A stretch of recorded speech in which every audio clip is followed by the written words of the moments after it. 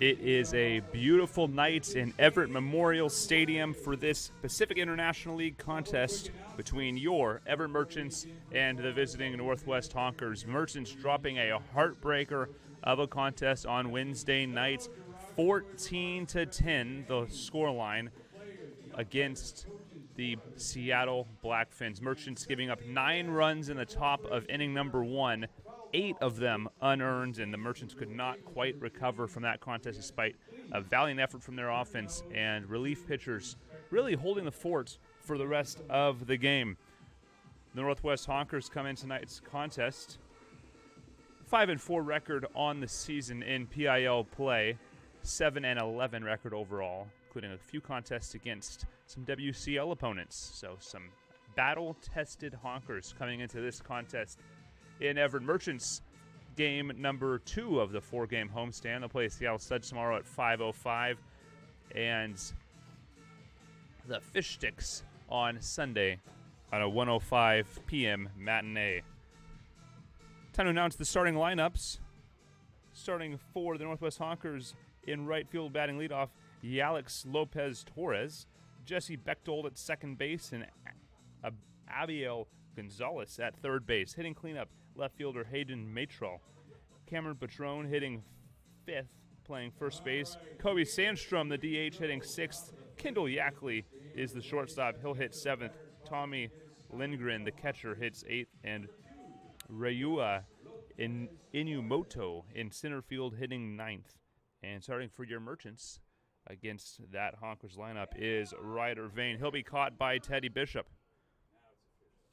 Vane, 2 appearances on the year. He's pitched 2 innings, all in relief, giving up 4 runs, all earned on 3 hits, 4 walks, and 4 strikeouts for an 18 ERA. Struggled out of the pen. Let's see if he can get things going as a starter as Lopez-Torres fouls that first pitch away. Merchants line up from left to right in the infield. Johnson, Kramer, Barber, and Taggart. Henderson, Witt, and Alberghini in the outfield from left to right as a called strike gets things quickly to 0-2.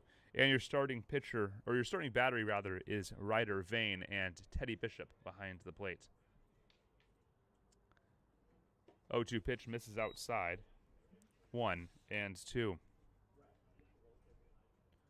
Lopez-Torres on the season, 17 games played as the Honkers have had quite an extensive schedule for this time of the season. 214 batting average, 12 hits, none for extra bases. He has reached on 15 walks and struck out only 13 times, 7 stolen bags for the outfielder. 1-2 the count after the foul ball.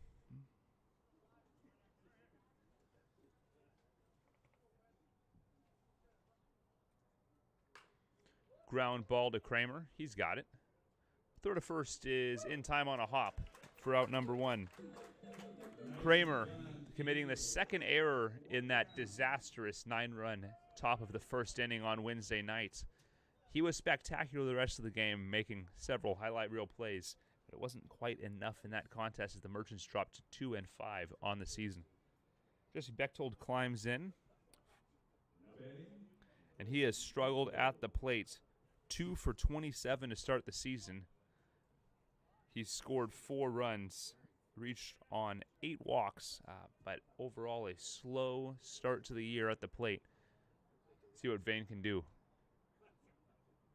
1-0 on the way, fouled off.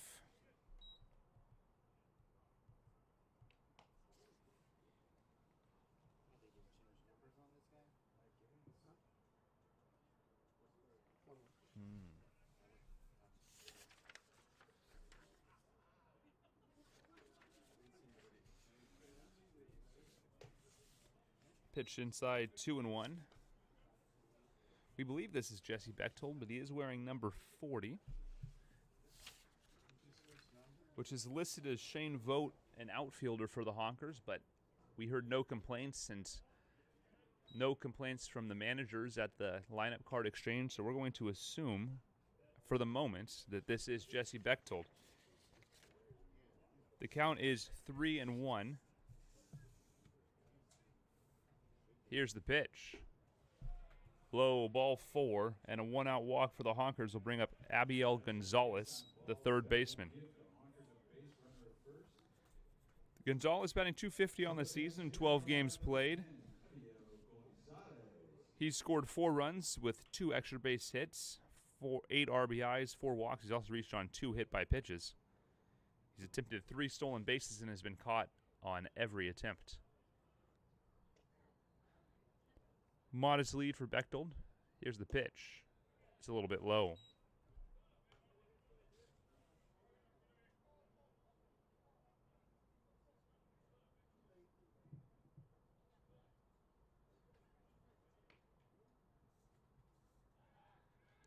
Throw to first, nothing doing.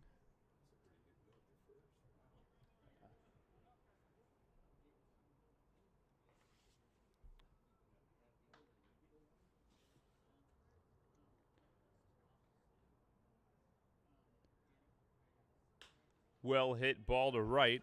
Alberghini over, and he's going to play it on a hop. Kai gets the ball in, but not before Bechtold can go first to third, and there's runners on the corners with 1 away for Hayden Matrol.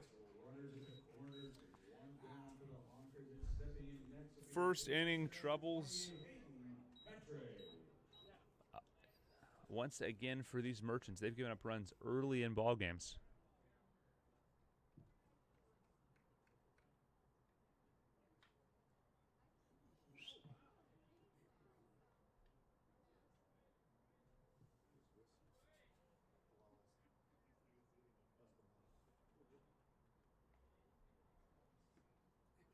Vane working from the stretch.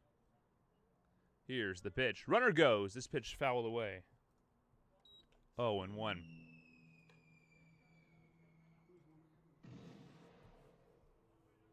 Jordan Luton warming up for the Merchants. This might be more of an opener situation as Harold Pyatt comes out. He's coaching the pitchers today, so doesn't necessarily mean a pitching change. He's going to take a moment to talk to the home plate umpire. We'll take a short break. Runners on the corners for the Honkers.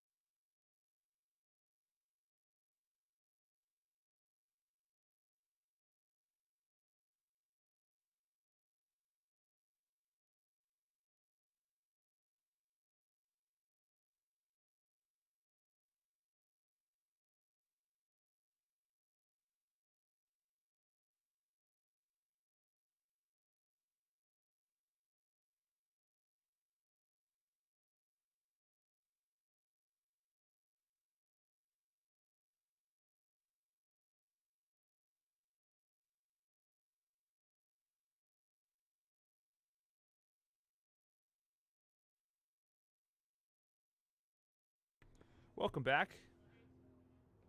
Not sure what the mound visit conference was for, but everyone seems satisfied, and we're back underway. Matrol facing an 0-1 count against Merchants opener Ryder Vane. Moved to first base. It's a good one, but not in time.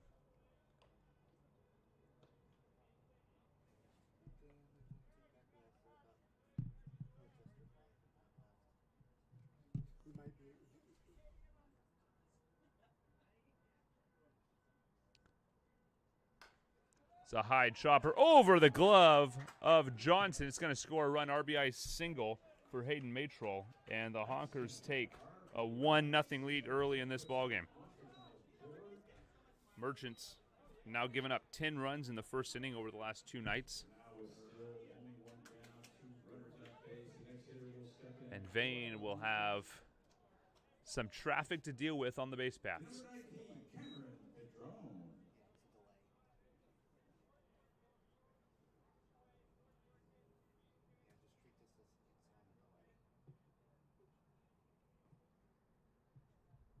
Vane delivers. The first pitch to Cameron Padron is outside. Padron hitting .200 on the season, 12 hits, none for extra bases, 4 RBIs, 11 walks, and 5 hit by pitches have gotten him aboard. Good on-base percentage on the season for the first baseman. Luden warming up for the Merchants. This is a called strike on the outside corner. 1-1. Is this the same pitcher from the other night in the first inning? I don't think so. No.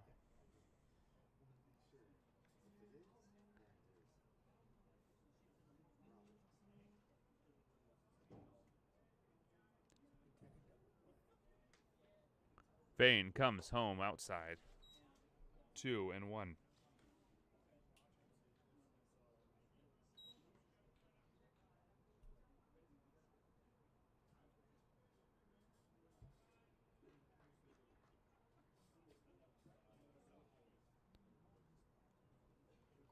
Long hold from Vane, who now comes set.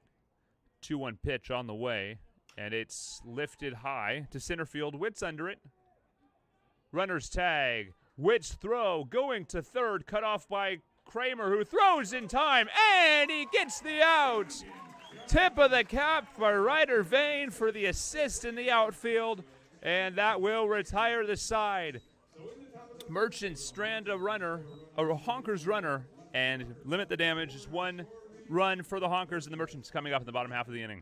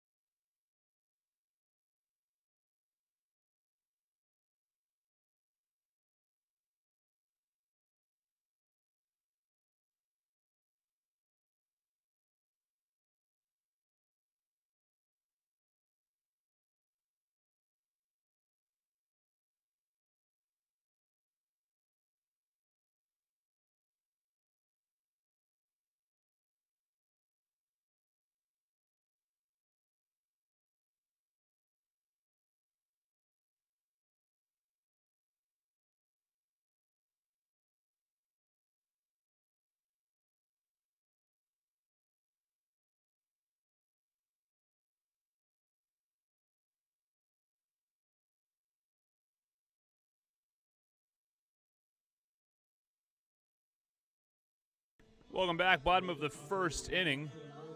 Will Franklin will pitch for the Northwest Honkers.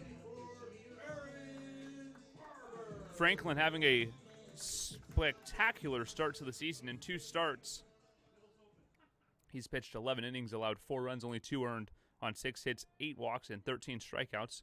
A 2-0 record as Barber grounds this one up the right side for a base hit into right field. A great start for the Merchants. It'll bring up Cole Kramer. Franklin with a 1.63 ERA on the year. Cole Kramer hitting second. He's a shortstop. He'll hit after a leadoff single from leadoff man Aaron Barber, the second baseman. Will Heron hitting third, the designated hitter. Kaysen Taggart hitting in the cleanup spot and playing first base. Henderson hitting fifth in left. Sixth hitter is Jack Johnson at third base. Kai Alberghini hitting seventh in right field. Ryan Witt playing center field. He'll hit eighth, and the 9-hole hitter is the starting catcher, Teddy Bishop. Good move to first base, but not in time. Bishop back with a head first slide.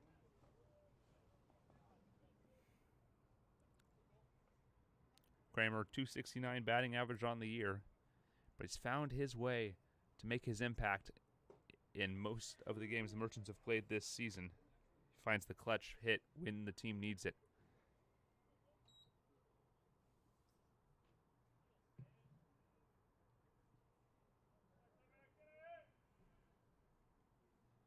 Oh, 1 pitch on the way. Bounces in there. Barber thinks about it and gets stuck in between. No, he doesn't. He gets back safely.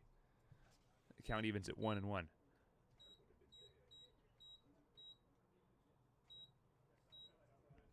It's a great stop by the starting catcher, Lindgren, to keep that ball in front of him.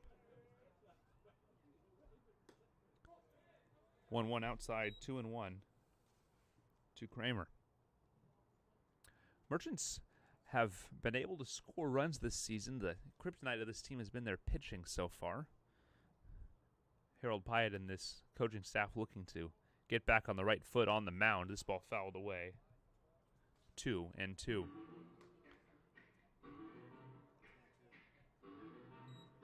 I'd like to thank you all for tuning in to this edition of Everett Merchants Baseball. Merchants will be back in action at 5:05 Saturday and 1:05 on Sunday.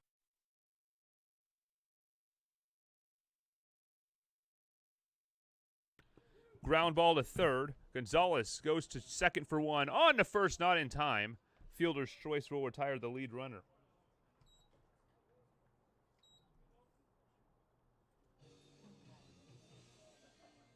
One away. Cole Kramer replaces Aaron Barber at first base. Will Heron climbs in with one away and a man on. We have a correction to the lineup. Jesse Bechtold did not hit second for the Northwest Honkers. It was number 40, Shane Vogt. Vogt is also on at second base as this pitch gets away. It's 1-0.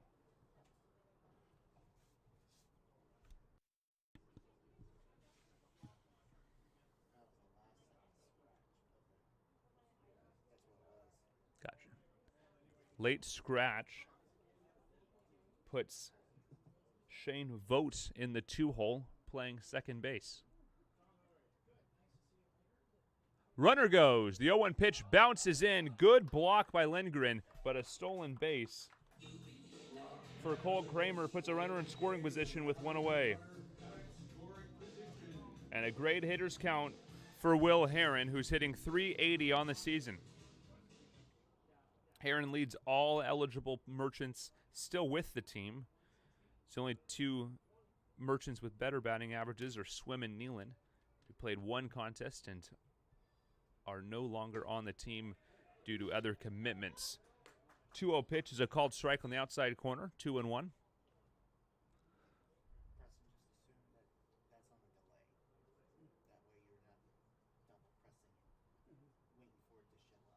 On deck is Kason Taggart. Man on second base is Cole Kramer. Here's the 2-1 pitch. It gets away. Wild pitch. Brings the count to 3-1, and all of a sudden, the Merchants are a fly ball away from tying this ball game.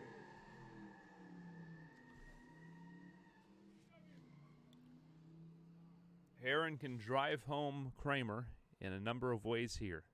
Let's see what he can do with the 3-1 pitch from Franklin. Long hold. Here's the wind. Kramer bluffed, and this pitch is a called strike at the knees. It'll fill the count at 3-2.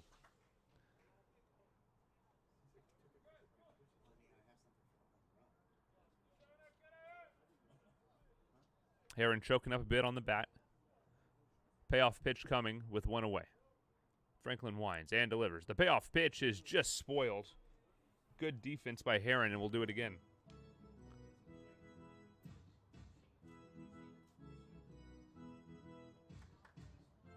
New pitcher joining the staff tonight in Jared Maxfield.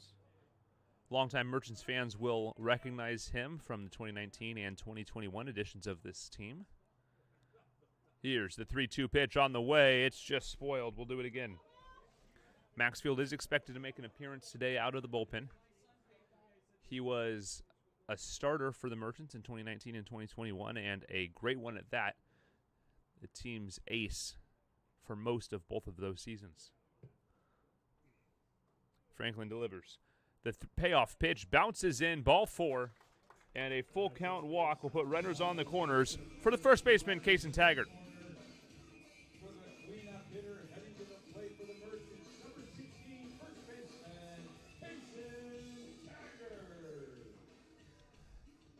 Lefty first baseman Kason Taggart hitting .345 on the season. 10 base hits, 3 of them doubles, 8 RBIs. He's also reached on a pair of walks and has yet to strike out in this season. First pitch to Taggart is a call, strike. Borderline pitch on the inside part of the zone, and Taggart falls behind. Bo Blacken coaching first base, Jacob Burkett, two-way player coaching first. Here's the pitch. Line drive, base hit into right field. Kason Taggart ties the ball game for the Merchants.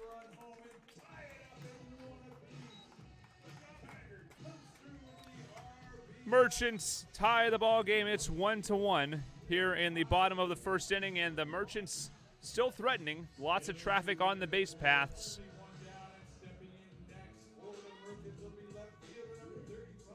Will Heron on at second base. Kason Taggart on at first, and Henderson climbs up, looking to do some more damage here and give the Merchants an early lead. 1 run on 2 hits for both squads. No errors yet in the contest.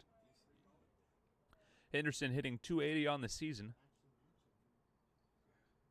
Here's the pitch from the stretch. It's called strike.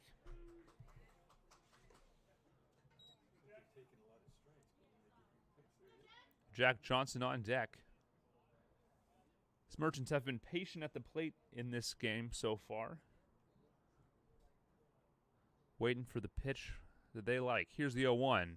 It's taken down low for a ball. That's going to be a pass ball to advance both runners. And all of a sudden, the double play is off. 2 runners in scoring position with only 1 away. You might score a run on a ground out here.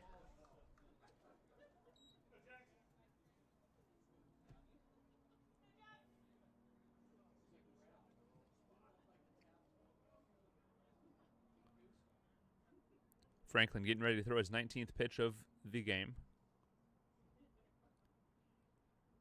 Here's the wind, and the 1-1 is up and in. Good stop by Lindgren. And the count goes to 2-1. Taggart has good pace at second. He'll likely try to score on anything in the outfield.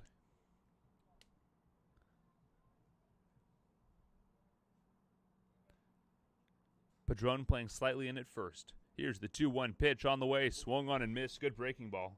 And the count evens at 2-2. Johnson on deck.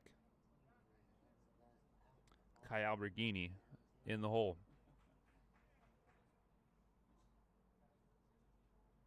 2-2 pitch is grounded to Yackley. Only plays at first, and the groundout's going to score another run. The Merchants take the lead. It's 2-1. Taggart trots to third on the play. The Merchants still threatening with 2 away. And Jack Johnson climbing up. 296 hitter on the season, a base hit. Likely get him to 300. The number every batter chases.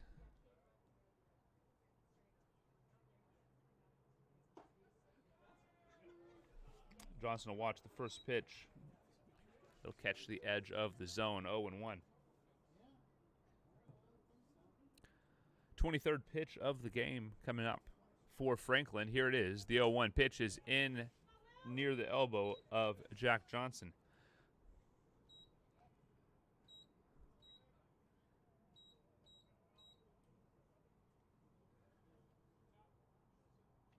One and one the count. Merchants looking for another run here with a runner on third. Here's the pitch. It's up and a little outside. 2-1. Beautiful sunny day here in Everett, Washington. Slight breeze blowing out towards left center field, but almost nothing in terms of wind. Here's the 2-1 pitch. Swing and a miss on a slow breaking ball. Count evens at 2-2. Merchants pin quiet. We'll see if Vane comes back out or if a reliever got ready. Honkers pin quiet. 2-2, 2 on, or rather 1 on at third, and a big swing and a miss that gets by, but Lindgren throws to first to complete the strikeout, and that will retire the side. Merchants lead a runner on at third base, but pick up a pair of runs and take a 2-1 lead as we head to the top of inning number 2.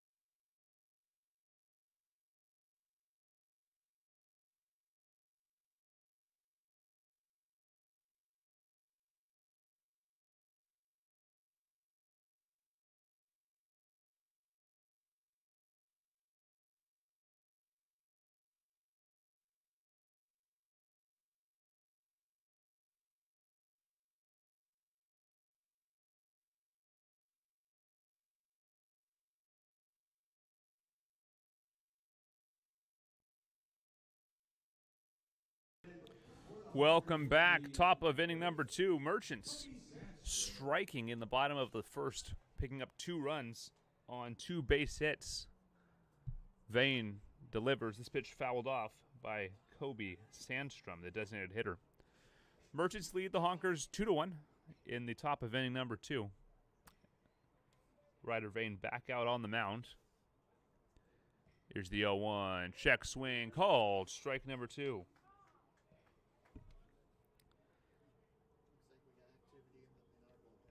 Sandstrom, starting catcher for the Honkers. Hitting .204 on the year, but he has reached on 10 walks. He swings through. 3 pitches, 3 strikes for Ryder Vane. Retires Kobe Sandstrom. It'll bring up Kendall Yackley. Starting shortstop for the Honkers, 196 batting average on the year. A bit of a slow start for the shortstop, but Merchants fans will remember Yackley playing extraordinarily well against this team the last few seasons. So a bat to fear for Merchant pitchers is a low swing and a miss. What a pitch and a pretty slow swing.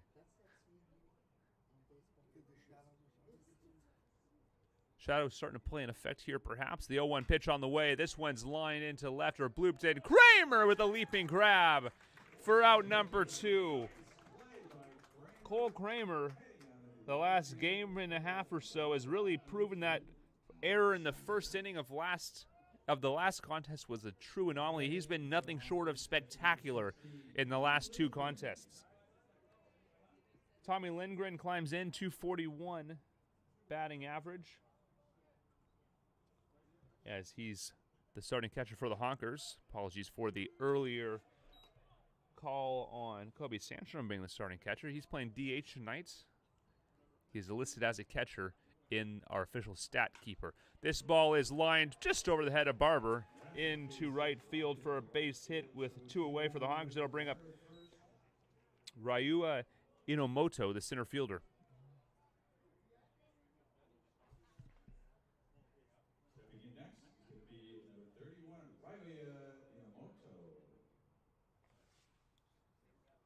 Inomoto climbs into the lefty batter's box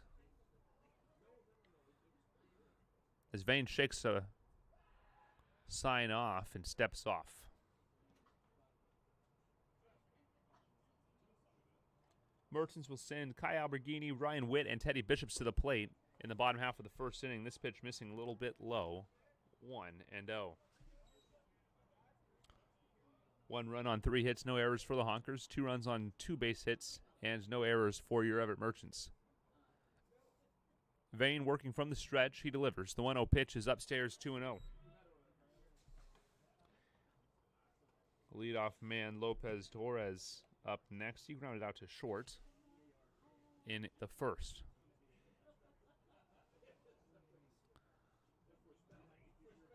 Move to first base. It's a pretty good one. And the runner back in time. Lindgren just beating the throw. Vane's got a great move, especially for a right-handed pitcher.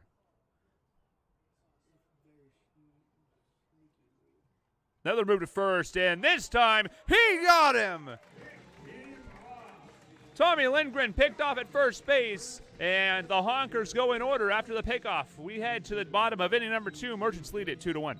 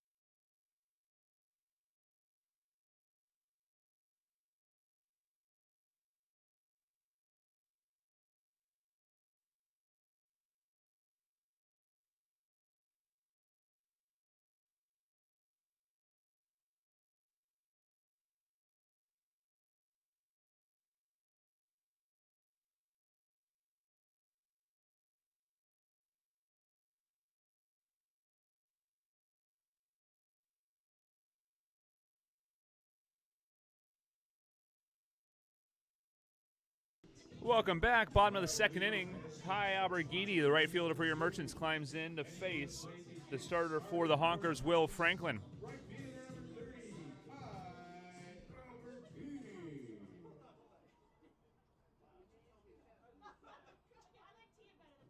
214 batting average on the year. This ball fouled away. 0-1. Alberghini appearing in 4 contests for your Merchants. He's walked once and struck out 3 times. Picked up an RBI and a run scored in his young campaign. 0-1 pitch on the way. It's a little outside. Ooh, called strike, excuse me. And the count goes to 0-2. That one might have caught the outside corner.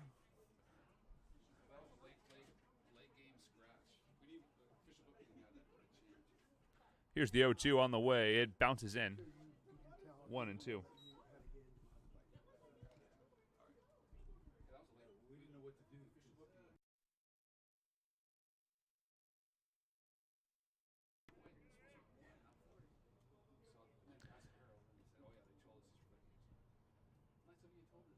Franklin winds and delivers. The 1-2 swing and a miss. Alberghini down on strikes for the first out of the inning.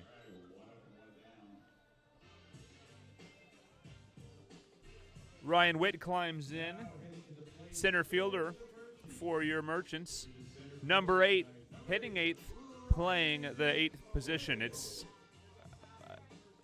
I was very happy to see number 8 playing center field, hitting 8th. That's a lot of 8s. It's a good situation. 3 contests for Witt this year as this pitch misses low and away. 2 for 7 for 286 batting average. He's also reached on a walk and a hit by pitch and struck out once. 1-0. This ball skied high to right. Lopez Torres looking for it. He's under it and will squeeze the ball for out number 2. 2 away for Teddy Bishop, starting catcher for your Everett Merchants. Now batting will be the catcher, number 9, Teddy Bishop. Bishop hitless in his first 5 at-bats. He has scored a run and appeared in 2 contests. Here's the pitch. It's called strike. Zone being called pretty consistently tonight, but it's a bit wider than the zone of last night's game. Or rather, Wednesday's game. Here's the 0-1. Bit outside, 1-1. This game moving with some pace. We weren't even out of the top of the first inning at this time on Wednesday. 1-1 pitch on the way. It's a chopper to third. Gonzalez has got it and throws over in time for out number 3. Merchants go in order. We head to the top of the third with Everett on top, 2-1.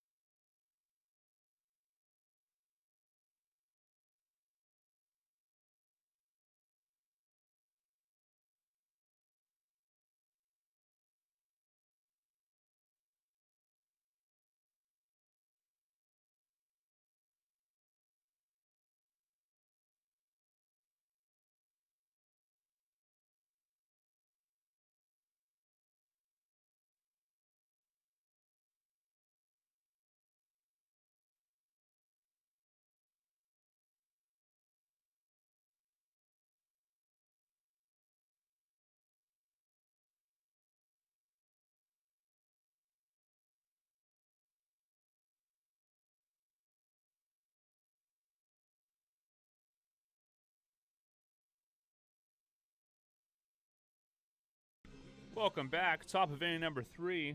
Inomoto leading off for the Northwest Honkers. He was up to bat in the bottom half, or rather the top half of inning number 2, when Lindgren was picked off at first base. Ryder Vane up to pitch for the Merchants. His first pitch inside after Inomoto pulls back a bunt attempt.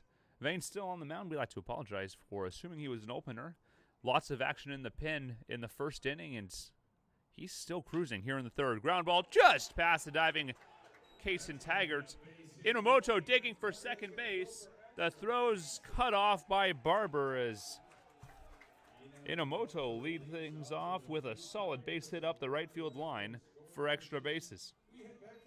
The Alex Lopez Torres up next, right fielder. He grounded out to shortstop in the first.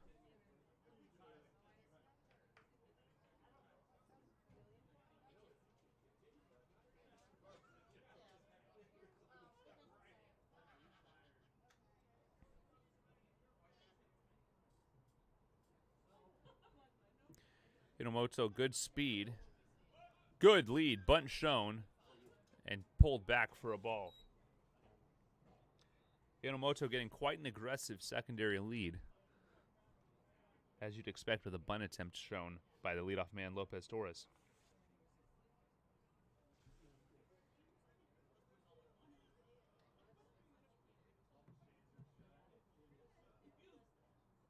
Bunt shown, pulled back, and taken for another ball. This one upstairs. It's 2-0.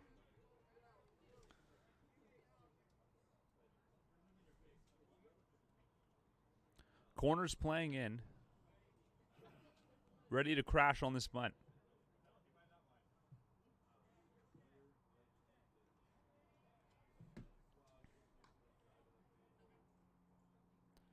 Vane's pitch is grounded up the middle. Kramer's got it. His only plays to first, and the runners moved over anyways on a productive ground out up the middle. Cole Kramer continues his defensive prowess for Everett, but a runner on at third base for Shane Vogt. Vogt walked and scored in the first. 2-1 Merchants as we play here in the top of inning number 3. And the left side of the infield is in for a play at the plate. Here's the pitch. It's a breaking ball missing upstairs. 1-0.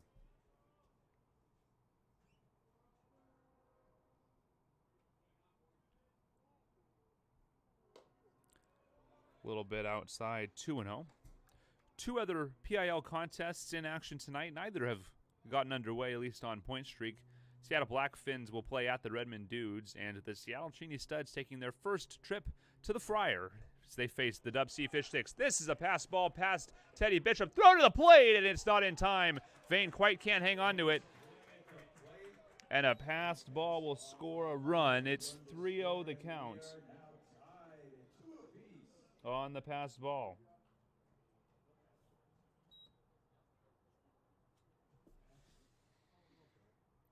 One away and a 3-0 count to Shane Vogt.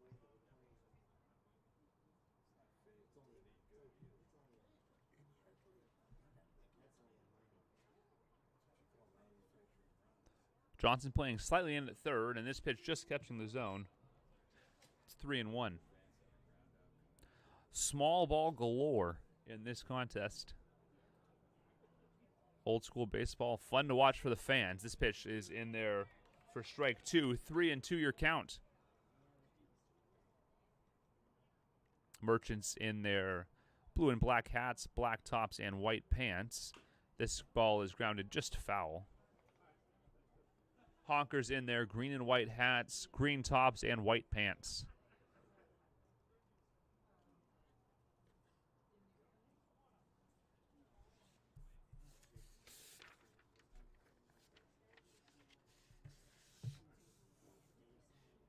Payoff pitch bounces in, and a full count 1-out walk will put another runner on for the Honkers.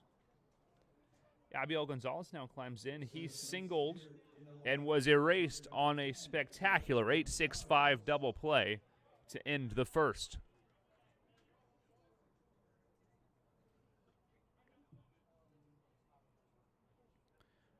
Merchants have come to be known by their outfield defense the last few seasons, and so far this season that's held true.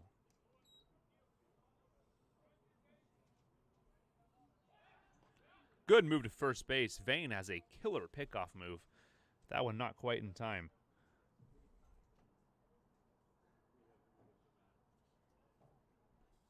Vogt taking a pretty decent lead. Here's the pitch. Runner goes. This ball spoiled as foul. And the count leaving it 1-1. What a game we have on our hands tonight, folks. Even through the first 3 innings. Excitement galore.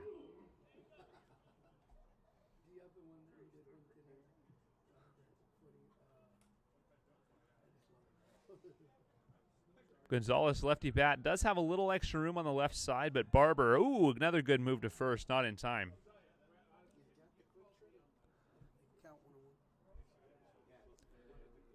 Gonzalez up to bat. Barber shading slightly to the right side to fill the hole left by Taggart as he holds the runner. This ball up the middle, base hit into center field, right to where Barber should have been. And the runner's going to try to go to third. Kramer, the relay. This one not quite in time. But that Witt-Kramer pair has been deadly, nearly getting another out on the base pass. Not quite there that time, but it's worth the throw if you're Ryan Witt. Hayden Matrol climbs up with runners on the corners and 1 away. He singled and drove in a run in the first.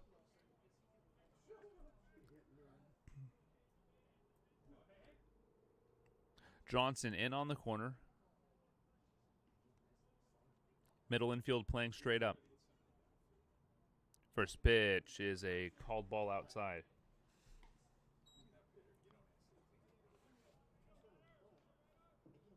Merchants send top of their order, Aaron Barber, Cole Kramer, and Will Herron to the plate in the bottom half of the frame. First things first, Ryder Vane needs to work himself out of this jam. 1-0, 1 away, runners on the corners. Here's the pitch, fouled back. And the count goes to 1-1. The score is 2-2. Apologize for the delay in updating our digital scoreboard. Should now reflect the current score of the game.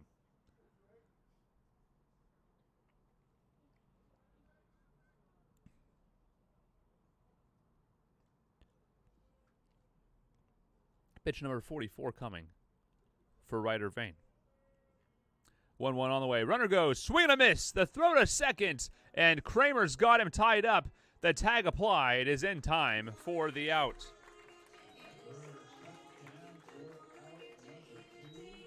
2-6 caught stealing.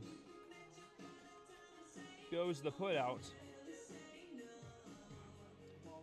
And there's 2 away, 1-2 the count, and a runner on third base.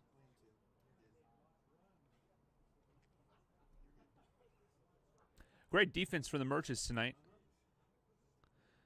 Here's the 1-2 on the way. It's fouled off.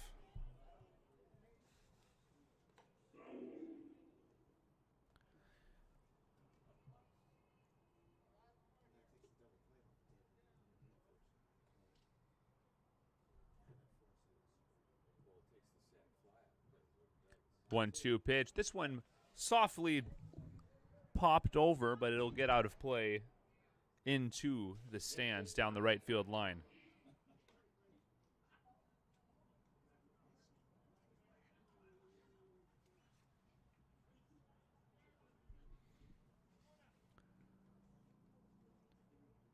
Counts 1-2 on Hayden Matrol.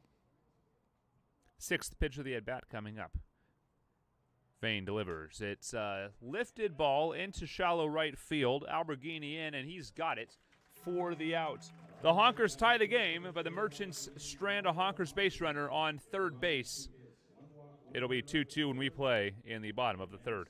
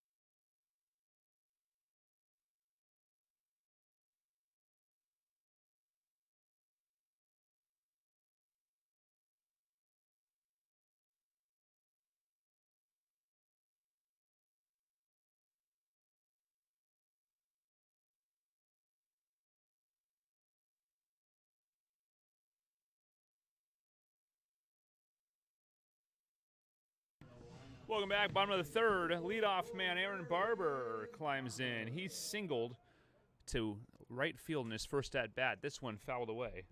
The count 0-1. Parents of Aaron Robertson watching again from Fort Myers, Florida, with a bit of a weather report for us. 81 degrees at 10:45 p.m. in Fort Myers, Florida. That's a hot one over on the East Coast. It is currently 72 in Everett as Barber singles up the middle and gets things going the same way he did in the first inning with a leadoff single for the Merchants. Cole Kramer climbs in. He grounded into a fielder's choice, but came around to score a run in the first. I'd like to thank you all for watching this presentation of Everett Merchants Baseball. We welcome the Seattle Studs to Everett at 5:05 tomorrow.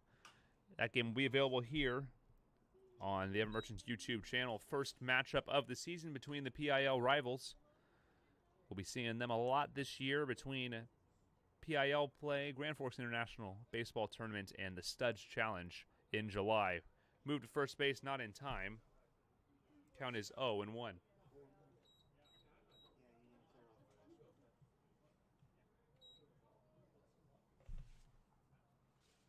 Franklin working from the stretch. He delivers. This pitch skips in. It's a good block by Lindgren.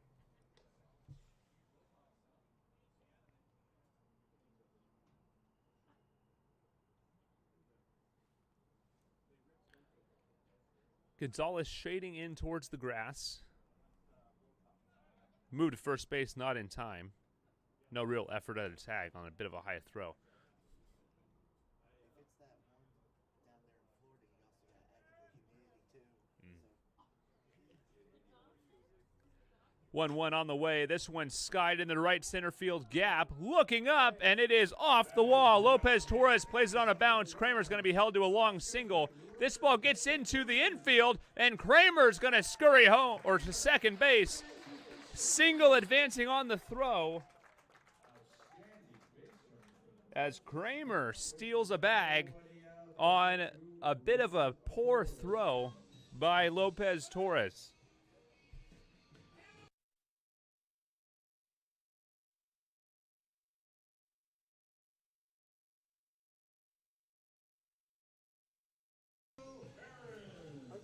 Runners at second and third, nobody out for your Everett Merchants. Brings up Will Heron.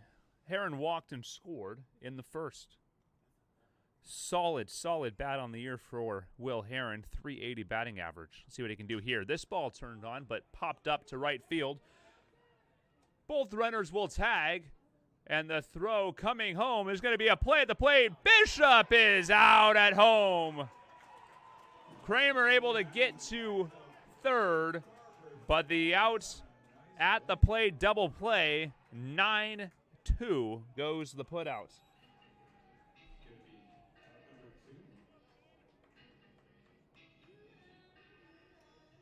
We'll send the cleanup hitter to the plate for the Merchants. First baseman number 16, Mason.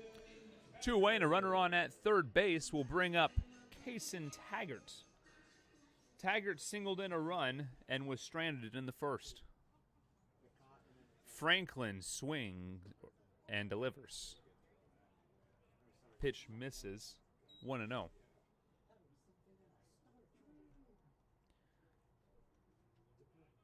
Franklin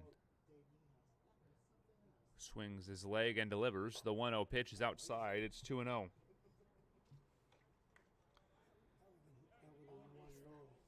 I think that Barber thought that ball was a little bit deeper in right field. It didn't have quite the carry that any of us thought it would. And Barber thrown out pretty convincingly. A swing and a miss by Taggart brings the count to 2-1. On deck, should he be needed, is Jackson Henderson. Go ahead, run for the Merchants on at third base in Cole Kramer.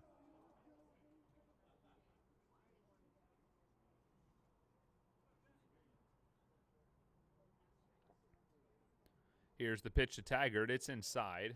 3-1.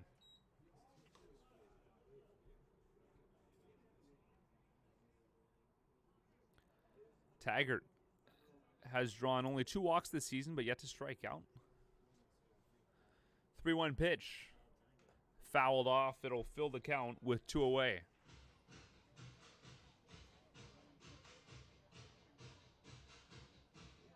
Absolutely picture-perfect day in Everett. Probably can't quite see it on our live stream, but the Cascade Mountains are clear and out past the outfield wall, and it is an absolutely picturesque night for baseball. Payoff pitch bounces away. Taggart will head to first base on the full count walk, and Kramer thought about coming home but made the wise decision to stay put. As Lindgren on it quick enough, it would have likely been another out at the plate. Jackson Henderson climbs in an RBI ground out in the first inning. He's 0-1.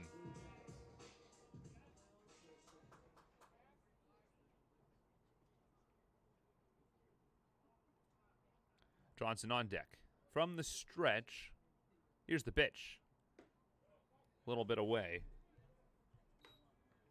1-0.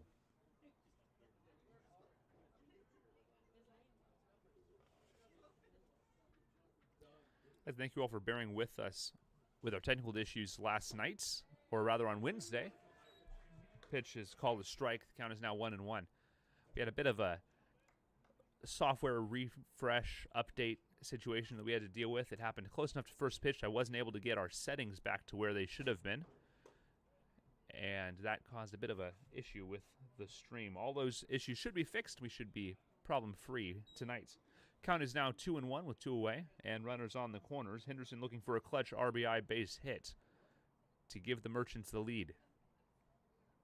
Franklin from the stretch comes home, and a line drive base hit into left field. Maitre had to play it on a hop. Runners on first and second, and the Merchants retake the lead on an RBI single by Jackson Henderson.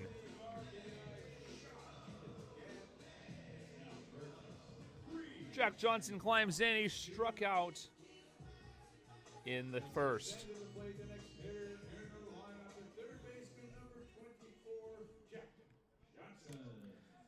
Shadows almost completely covering the diamond and the outfield. Lopez Torres in right still standing in a bit of shadows as this ball is outside.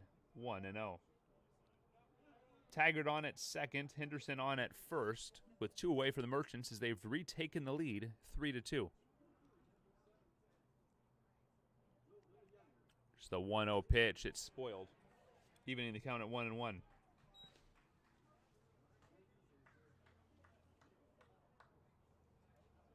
Alberghini on deck.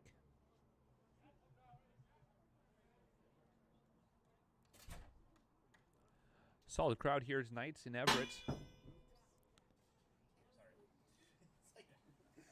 Here's the pitch. A little bit outside and low. 2-1.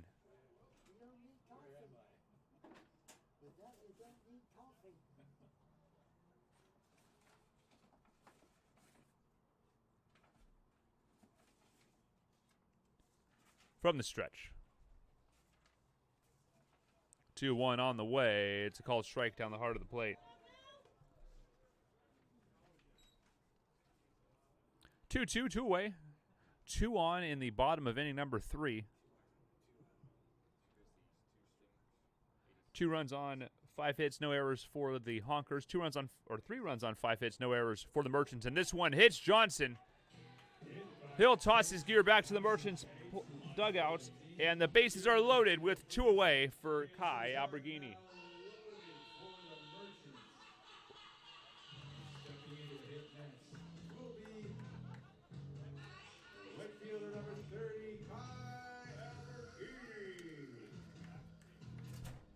Alberghini with an opportunity to pick up his first RBI on the season.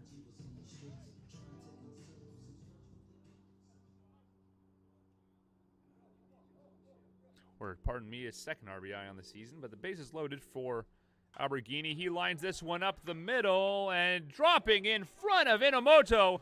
That's going to score at least a run, and here comes the second. 2 runs are going to cross the plate as Henderson follows in Tayson Taggart. And the score is now 5-2 Merchants.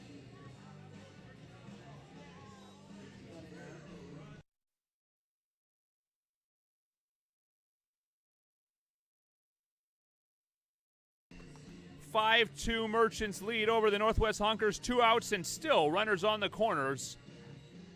And an opportunity here for center fielder Ryan Witt, who flew out to center in the bottom of the second. Take a quick break when the mountain visits. Stay with us in Everett.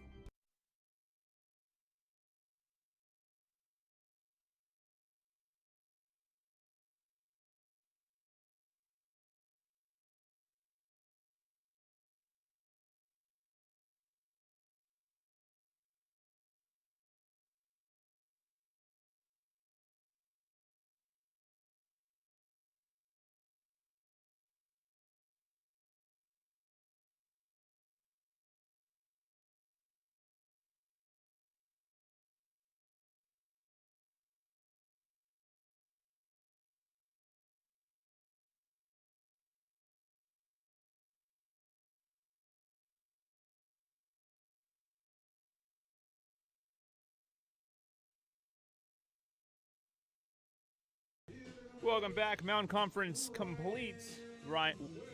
Will Franklin staying in the contest as Ryan Witt climbs back in. Runners on the corners. The first pitch to Witt is a base hit up the middle. Uemoto plays it off. Or rather, excuse me, look at the wrong side of my sheet. Inomoto plays it on a bounce. An RBI single drives in another runner for the Merchants. It is now 6-2.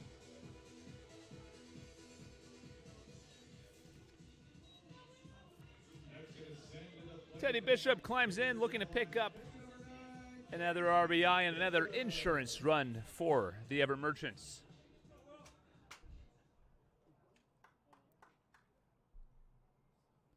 On deck, leadoff man Aaron Barber, 2 for 2 on the evening.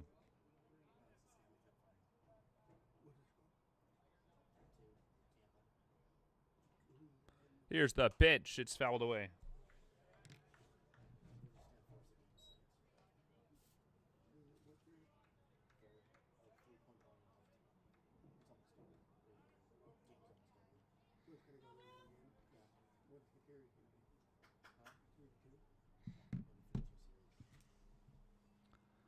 Oh, 1 on Bishop. Here's the pitch. Swung through and missed. Good breaking ball by Franklin. It fooled the Merchant starting catcher.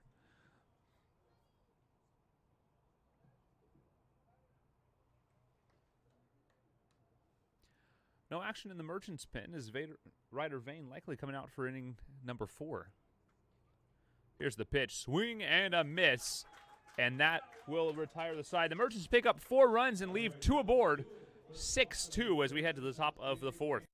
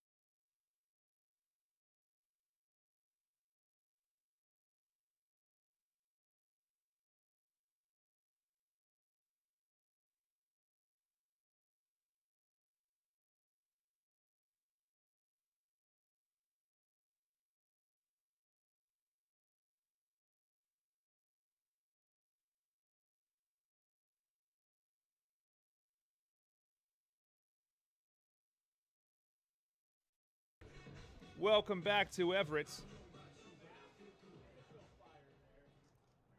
Merchants piling on in the bottom of the 3rd. As Cameron Padron climbs in. He flew out to center field in what turned into a spectacular 8-6-5 double play. This pitch missing outside. It's 1-0.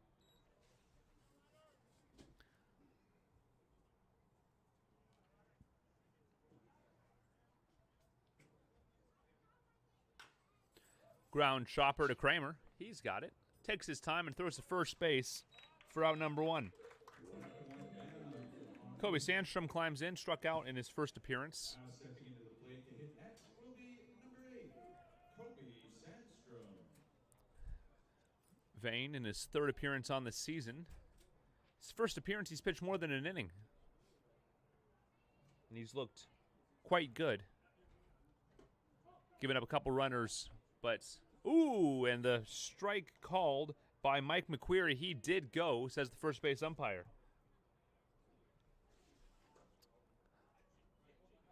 The 0-1 bounces away, leaving the count at 1-1. Wasn't quite sure if he went or not. It was hard to tell from this angle. That was a pretty emphatic call by Mike McQueary at first. Here's the pitch. It's called strike.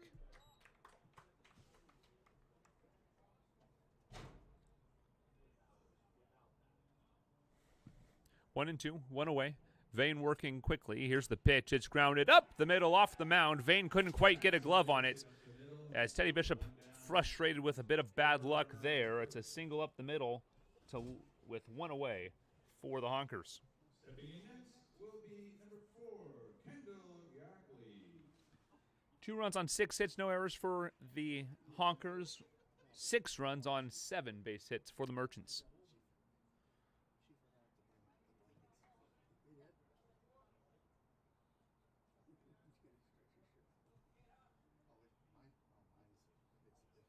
Long hold. Vane comes home. This ball lifted sky high. Barber under it. Called off by Alberghini, who makes the play in shallow right field for out number 2. Tommy Lindgren climbs in. He singled and was picked off by the lightning quick feet of Ryder Vane. First, next batter to step in for the Honkers, number 16, Tommy Lindgren. Looks like 17's well up for them. Another good move to first base, not quite in time. Glenn McInerney warming up for the Northwest Honkers.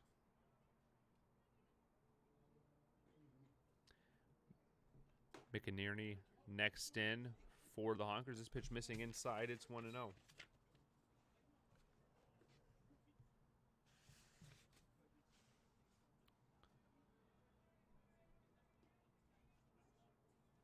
Taggart holding the runner. Big hole up the right side. 1-0 pitch on the way. It's a taken ball. Vane thought it was in the zone, but home plate umpire Tim Stevens disagrees. Says it caught the top part.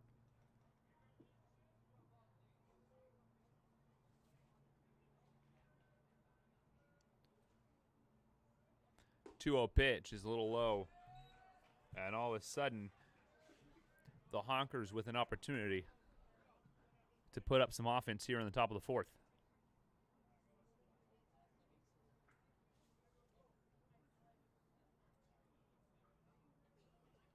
The 3-0. Runner goes. This pitch well away. And a 4-pitch walk puts runners on first and second for the Honkers with 2 away. Ryoa Inomoto climbs up. Lefty bat. 9-hole hitter. Doubled and scored in the second. Or rather in inning number 3, as he was up to bat when a runner was picked off to end the inning in the second.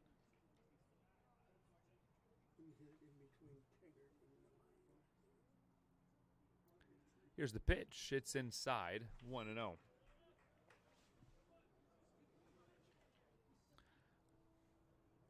McInerney still warming up in the Honkers pen.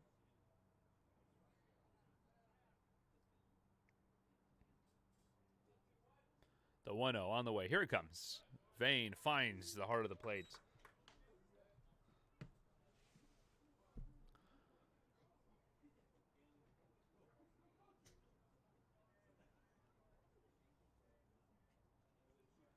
Stadium lights just starting to come on here in Everett. This pitch grounded up the middle. Kramer can't make the play, and a run is going to score on an error by Kramer.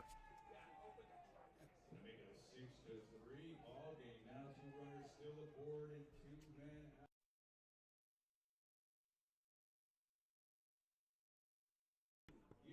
Lopez Torres.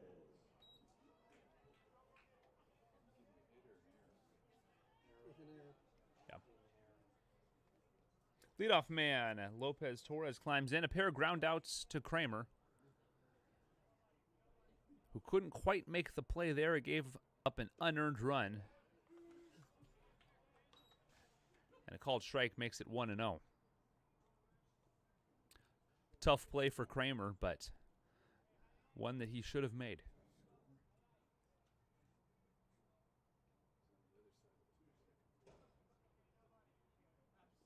This ball bouncing in. Wild pitch. Both runners are going to advance, and the count evens at 1-1. Will advance. Now the Honkers have 2 runners in scoring position.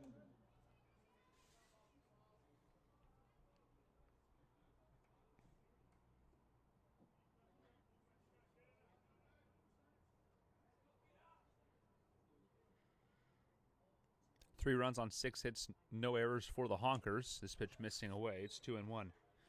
6 runs on 7 hits and a single error for the Merchants.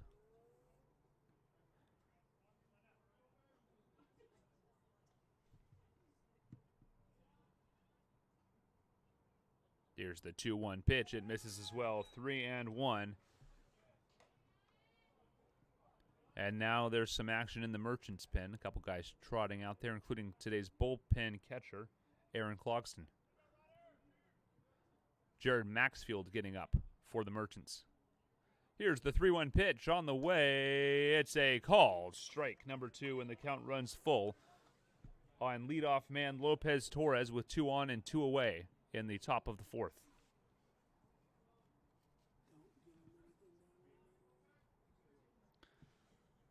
Scoreboard is now correct. It's 6-3. This ball's a chopper.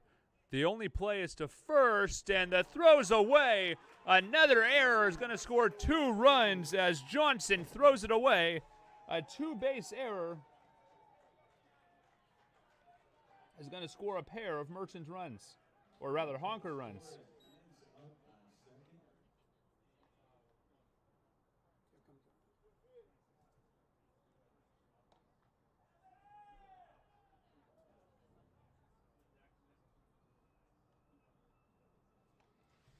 Out comes Harold Pyatt, and we'll take a quick break. 6-5 your score in the top of the 4th.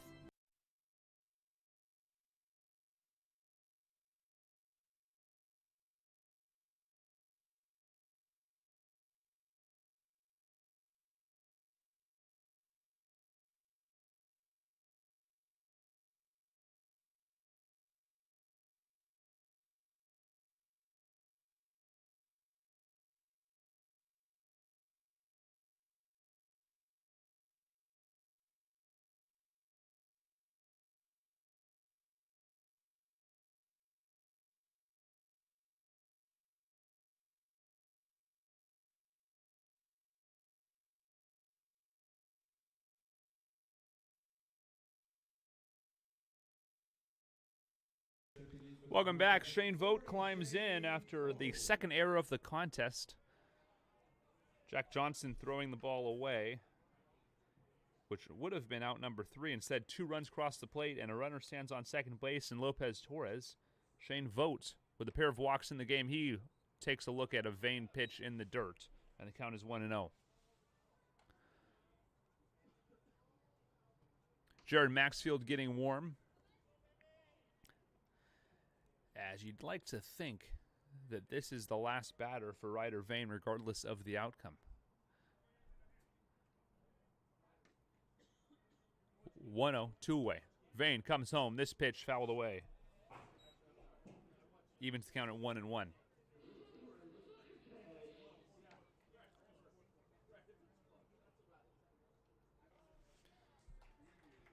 Still not seeing any scores from other PIL contests. We'll get those scores to you as soon as we have them, as every PIL team is in action tonight.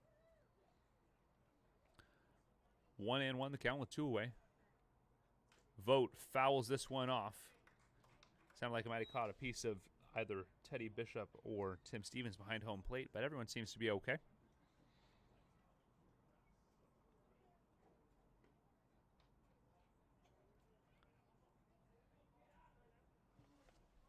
One and 2.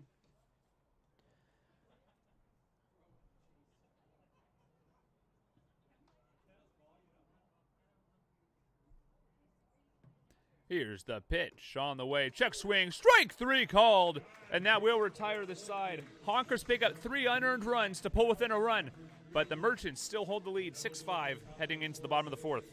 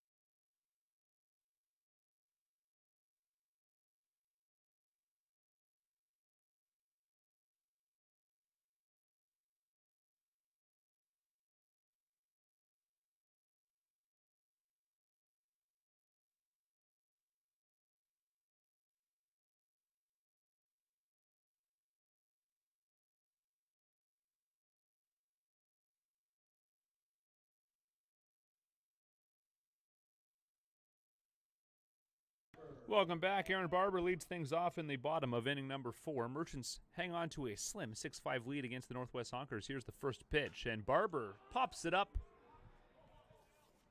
In comes Yackley, the shortstop, makes the play right in front of the second base bag for out number 1. One down quickly for the Merchants. Batting next, shortstop, number 7, Cole Kramer.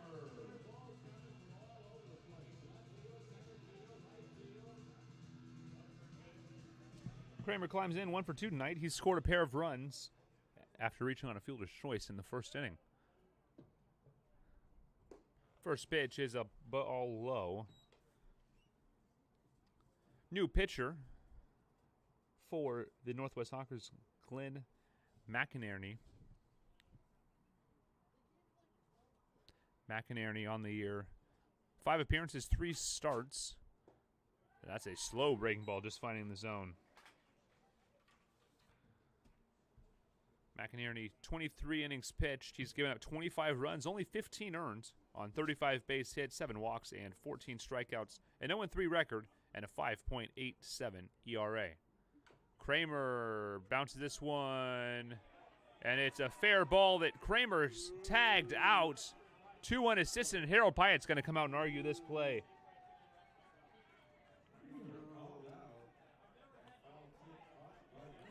Kramer sure thought that was foul, and Harold's going to come out and argue.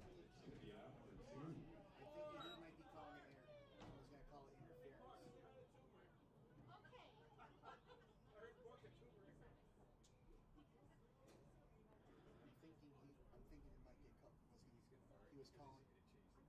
I don't think it was a catch. It was more batter interference because he went to go for it and he was still in the way, so he glanced at him. So I'm thinking that's why he called it. But I think he's going to call it interference. You're calling it Interference. Oh, I see what you're saying. Harold Pyatt loses the argument. Likely was not any other result really possible there, as it's very unlikely that you're getting a change. You're going to get a call change there. It'll bring up Will Heron with nobody on and 2 away in the bottom of inning number 4. Heron 0 for 1 with a walk. McInerney delivers this pitch outside. It's 1-0.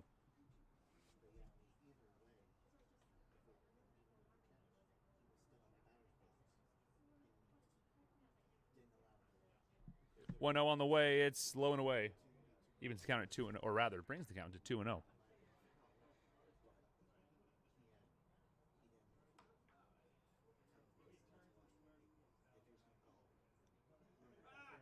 2-0 on the way with 2 away. This ball inside and low. 3-0 the count, and all of a sudden, Will Heron with quite a hitter's count.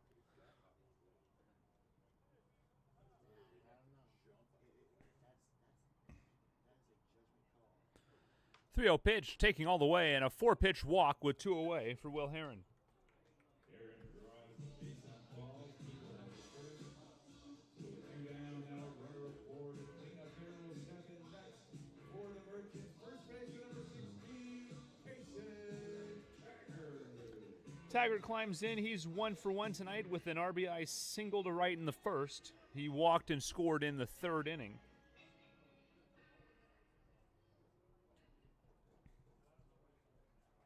You can close the book on Honkers starter Will Franklin. 3 innings pitched. He gave up 6 runs, all of them earned.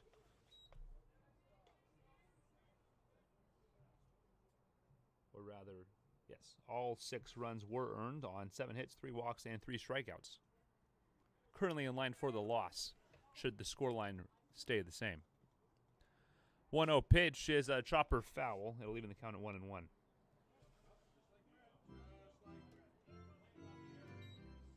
On deck is Jackson Henderson, left fielder, who's 1 for 2 tonight with a pair of RBIs.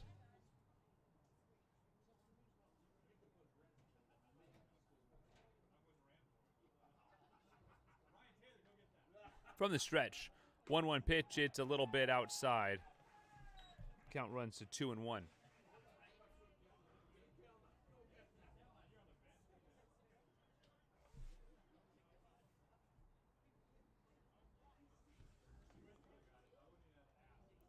Like Tyler DeVries was warming up for the Merchants. This pitch is a called strike. Evens count at 2-2. And instead a balk is called. No pitch. A balk will advance the runner. The count is 2-1. First base umpire Mike McQuarrie calling the block there. It's still 2-1. I'll be honest, I didn't see anything, but it's often a pretty subtle move that gets a balk called, and I was likely not paying close enough attention to that leading leg of McInerney. So Taggart now with the runner in scoring position and 2 away with a chance to drive in another run for the Merchants.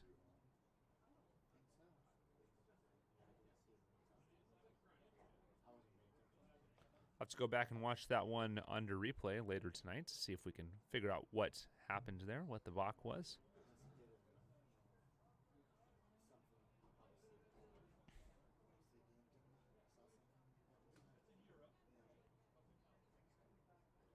Long holds.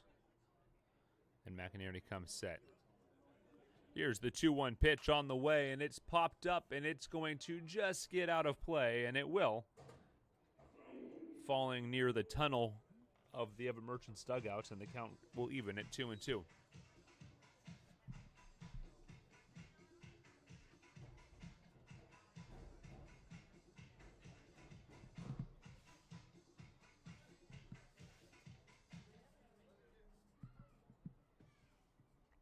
From the stretch, McInerney long look in, take a quick peek at second base and comes set. as he works from the stretch. Here's the pitch. It's a ground ball. Base hit up the left field line. That's going to score a run. Tiger digging for 2. The ball's stuck in the corner. Bo Blacken's going to rave him to third. Tiger a slight stumble, but he's going to get in there standing with a stand-up RBI triple down the third base or the first base line. And the Merchants tack on a run. It's 7-5 in the bottom of the 4th.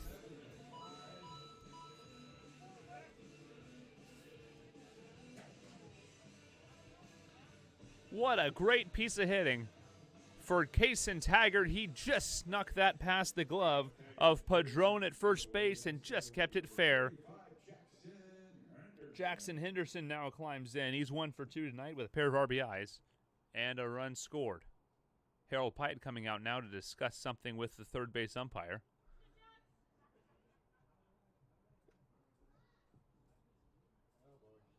Interested to see what that discussion's about.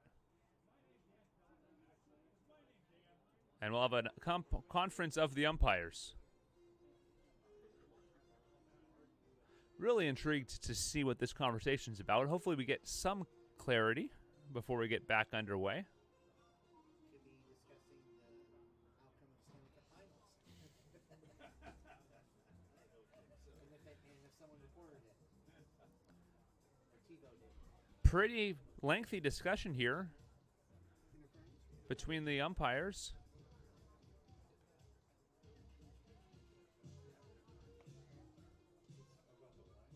And out comes the Honkers manager.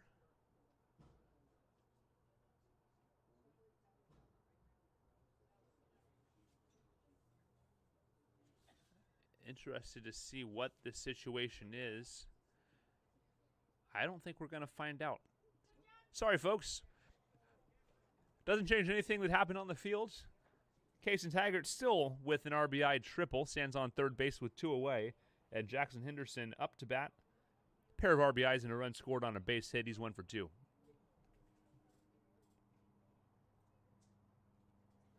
Here it comes. It's outside.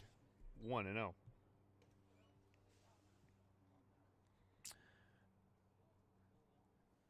I think we've all been spoiled by MLB miking up the umpires this season. I'd like to know what's going on. We'd like, yeah, all college baseball doing the same. We like to know what's happening as this is a ground ball up the middle, base hit for Jackson Henderson, and the Merchants pick up another run. It is 8-5 in the bottom of inning number 4. Here come the Merchants offense. In the last 13 innings, they've scored 18 runs. Jack Johnson digs in. He's 0 for 1 with a walk. He came around to score in the 3rd. Decent lead for Henderson. This ball's a called strike on the outside corner, says the home plate umpire, Tim Stevens. There's been a couple of interesting discussions tonight between the managers and the umpires. Hopefully after the game we can get a little bit of clarity on what happened. McInerney, his pitch is fouled away. It's 0-2. Both pins quiet. We expect to see Jared Maxfield out of the pin for the Merchants in the top of the 5th.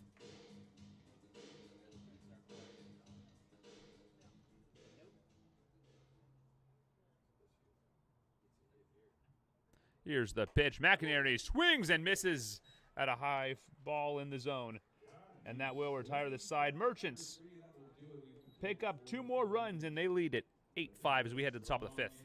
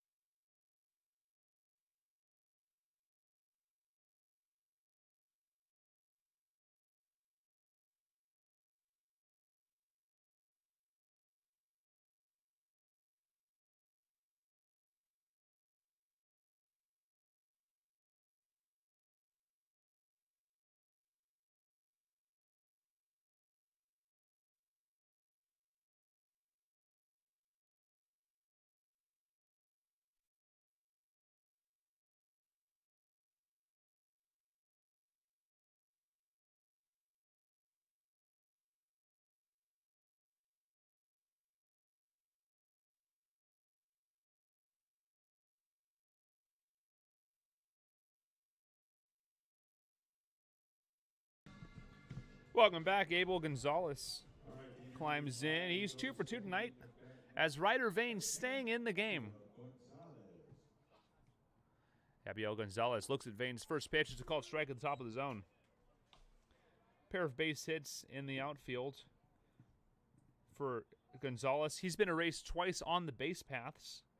In the first inning, raced at third on an 8-6-3 double play and was caught stealing in the third. This ball lifted sky high into right field, but the play made in plenty of time. Alberghini over for a routine flyout. Hayden Matre, or Matre rather, climbs in. He's 1 for 2 with an RBI single in the first.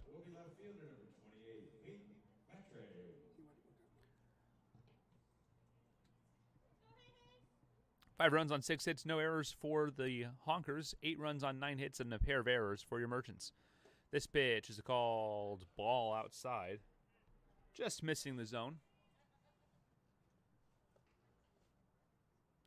Zone a little bit different from Wednesday's game, but seems to be decently consistent to this point. This is a line drive foul ball.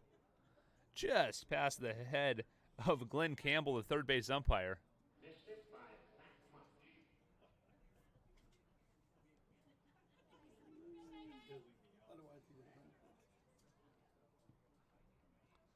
Vane on 74 pitches. This next will be a 75th. He's given up 5 runs, only 2 earns, 6 hits, 3 walks, and struck out 2 men. Here's the 1-1 pitch. It's away and low. 2-0.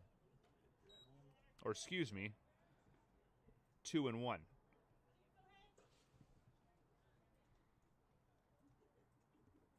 Cameron Padron on deck. 1 away, the ball's fouled off, and the count will even at 2-2.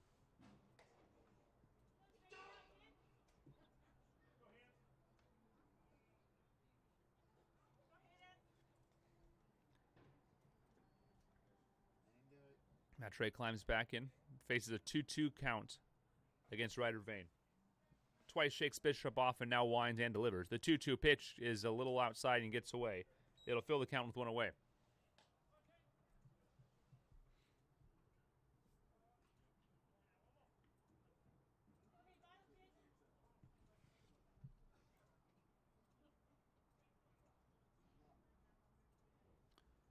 This pitch up and in. Ball 4, a full count walk with 1 away will bring up Cameron Padron. 0 for 2 on the night.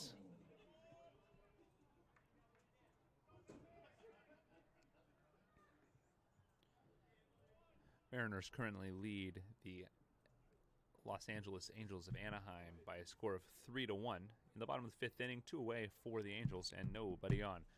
Here's the 0-0. It's called strike.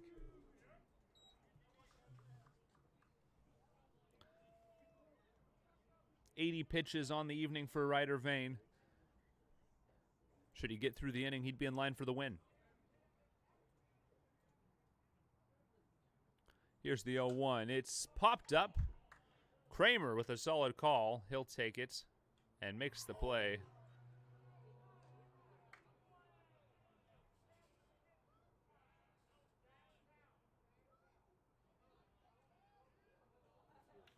Batters out on the infield fly rule.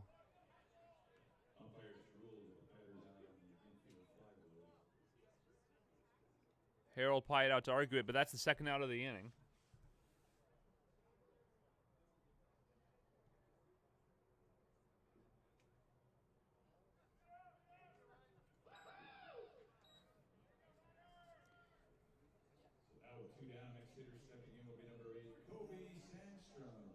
Proper call in the infield fly rule. I bring up Kobe Sandstrom, the designated hitter. 1 for 2 on the evening as a pickoff move to first base is not in time.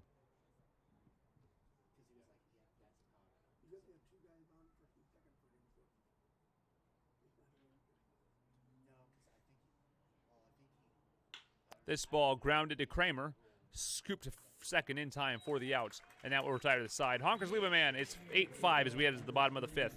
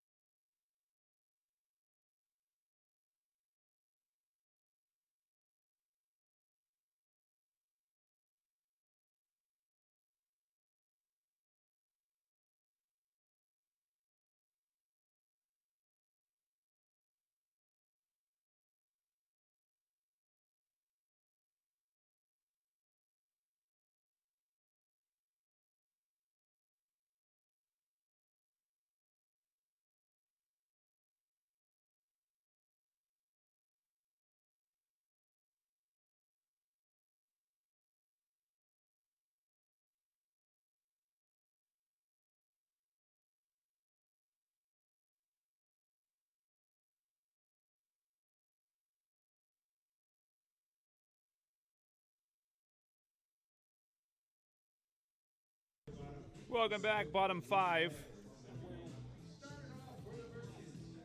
Kai Alberghini will lead off here in the bottom of the 5th inning. 8-5 Merchants lead as 7-8-9 come up for the Everett Merchants. McInerney's first pitch is skied high, Yackley over, and he'll make the play just to the left of the second base bag for out number 1.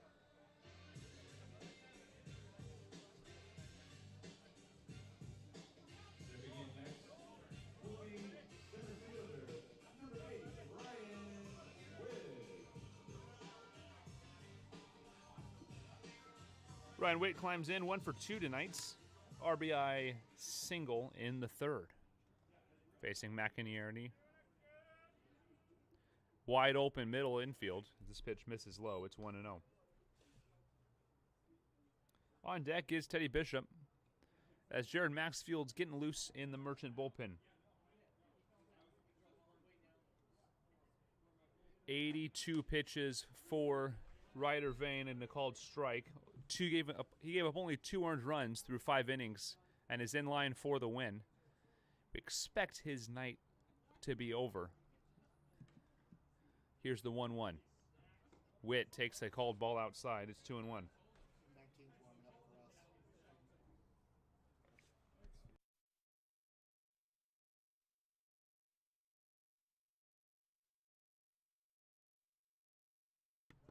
This pitch missing. It's 3-1. It looks like 26 and 18 are warming up for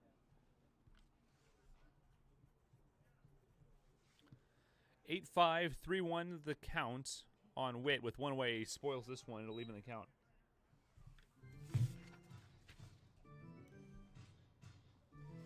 Tanner Braun and Evan McKay warming up for the Northwest Honkers. Full count, 1 away.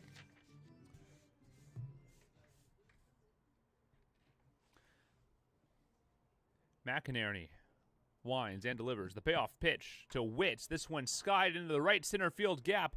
Lopez Torres looking up and will make the play on the warning track just in front of the auxiliary scoreboard. And out number 2 recorded will bring up Teddy Bishop with nobody on.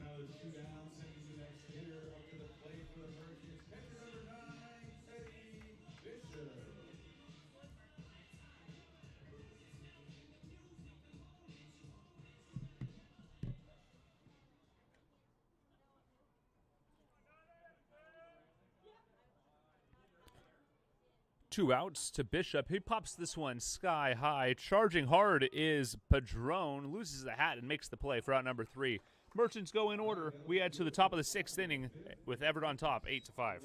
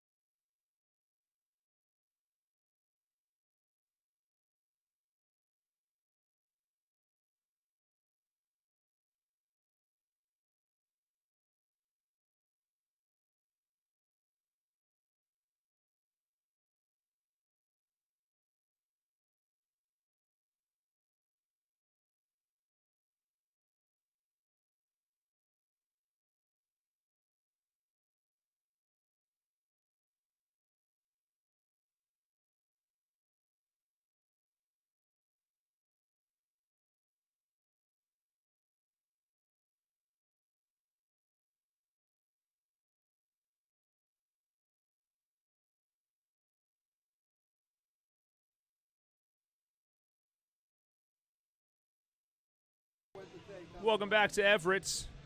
New pitcher for the Merchants is Jared Maxfield. Maxfield, 2 full seasons of work for the Everett Merchants. The 6'4", 225 senior out of Indiana Tech. Played 2 years at Bellevue Community College. In his Merchants career, he's appeared in 17 games, 15 of them starts, a 7-3 record. 1 complete game shutout. That took place up in the Kamloops International Baseball Tournament in 2019. He pitched a complete game shutout in that tournament, if I have my pitcher memory correct, which I believe I do. 79 strikeouts to only 20 walks and 68 hits allowed in those 81 appearances, and a 2.67 ERA in the Merchant Blue. This ball fouled away. 1-1.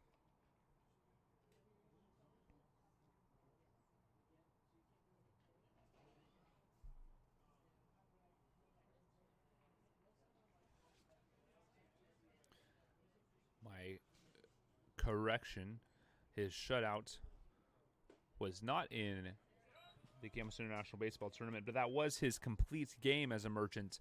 A 9 innings pitched, 1-run game, gave up 4 hits, and struck out 3 and walked the batter in a sterling appearance against the Alaska Gold Panthers. 1-2. This one's driven into left field for a base hit. Henderson there to limit the damage. And the Honkers with a man aboard here in the top of the 6th inning. Setting up the next hitter in the lineup, number 16, Tommy Lindgren.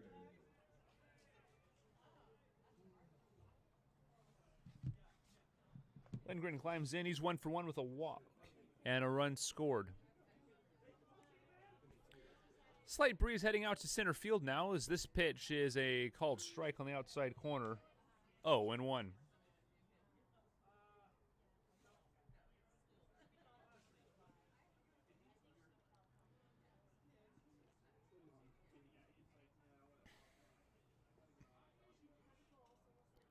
Bit of a long hold for Maxfield. He works from the stretch and delivers. The 0-1 pitch is a called strike number 2.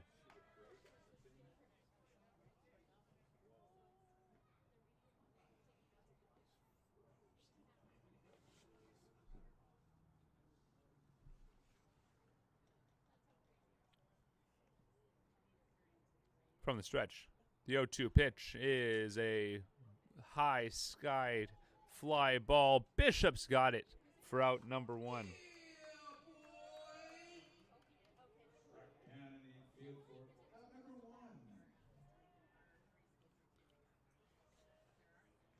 1. Ryua Inomoto climbs in. He's 1 for 2 with a run scored on a double in the 3rd inning.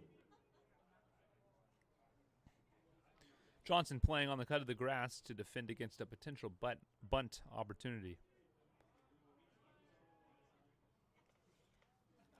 Maxfield from the stretch. And a move to first base. It's a pretty good one, but the runner back in time. Yackley beating the throw.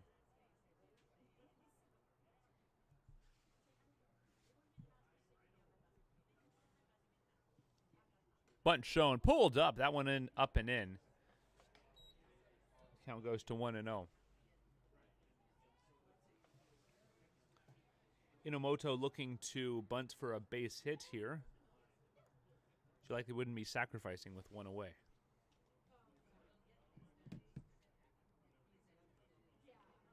Here's the pitch. Called strike of the knees. It'll leave the count at 1-1. No bunts on that attempt, or no attempt of the bunt on that pitch.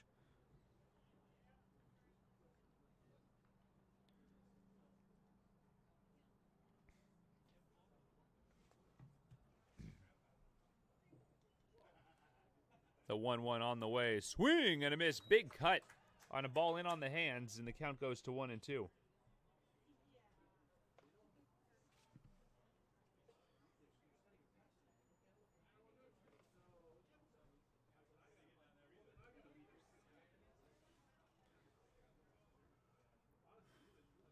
Jared settling in a bit after a leadoff single. Here's the 1-2. Runner goes. It's chopped foul. bit of a lucky break because Kendall Yackley had that bag stolen.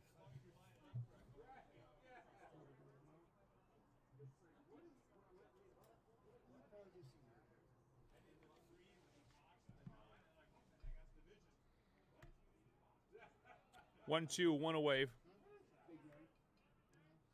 Maxfield and Inomoto in a bit of a battle here.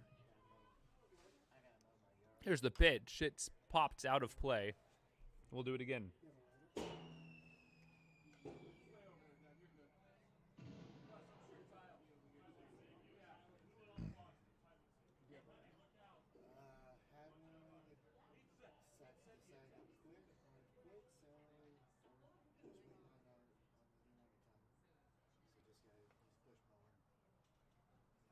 One, two, one away. Here's the pitch. It's just a touch high, says the home plate umpire, Tim Stevens.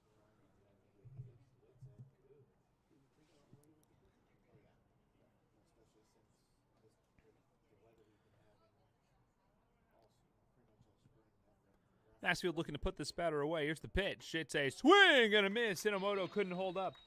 Cuts right through a breaking ball, and that is out number 2 for the Northwest Honkers. It'll bring up leadoff man Alex Lopez Torres. Lopez Torres 0 for 390. Did reach on an error in inning number 4.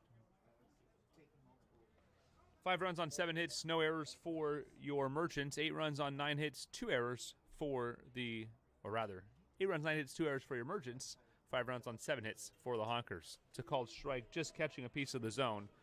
And the count goes to 1-0.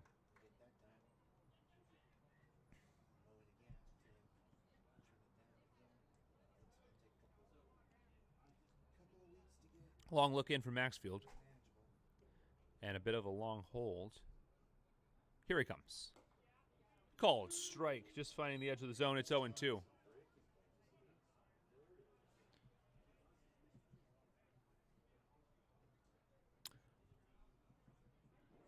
Maxfield looks in, gets ready to deliver his 0-2 count.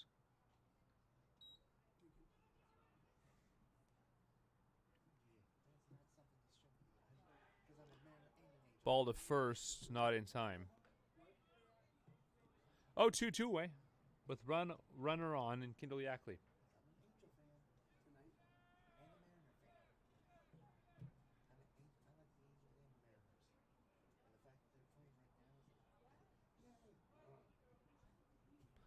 Maxfield steps off and will reset.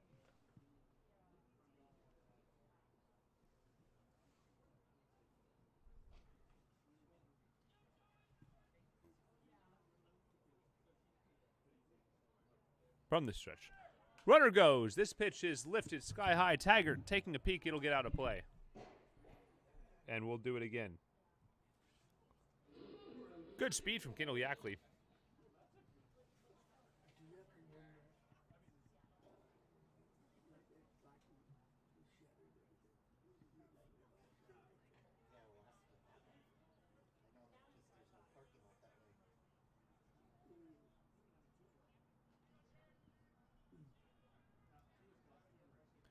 Oh, 2 pitch is a hair low.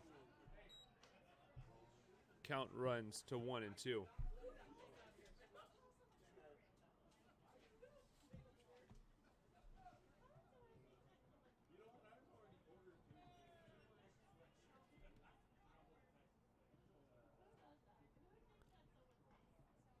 Move to first. It's a pretty good one.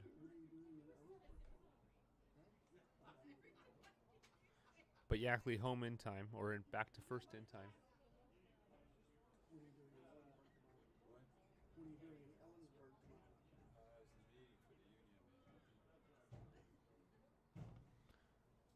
One, two on the way, and it's a ground ball base hit up the left field line. Lopez Torres keeps the inning alive, and Kendall Yackley's going to get the wave. He comes home to score. A good cut from Kramer. Leaves Lopez Torres on at second base, but it's an RBI double and brings the Honkers within 2.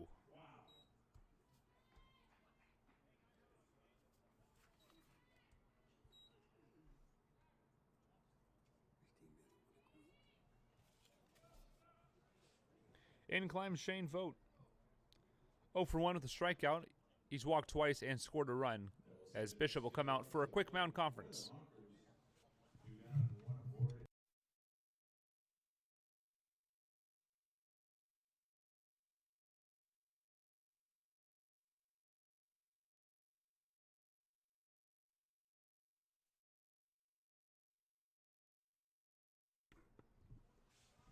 Vogt climbs in. He faces Jared Maxfield. Runner on at second base with 2 away. Things getting a little bit more interesting than the Merchants would like here in the top of the 6th. These Honkers will just not go away. This pitch, and he went, says the home plate umpire Tim Stevens on a ball in the dirt. Count goes to 0-1.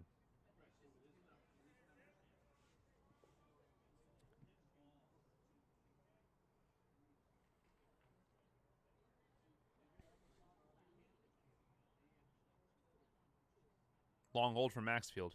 Infield vacates, and the 0-1 pitch is on the way. It's called strike at the knees. Maxfield a pitch away from getting out of the inning.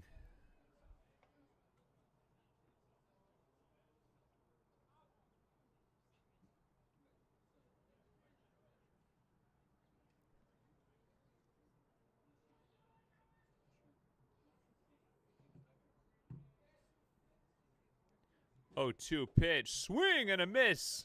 Dropped by Bishop, but the throw to first base in time to record the out. Honkers pick up a run and leave a man. We head to the bottom of inning number 6. It's 8-6 Merchants.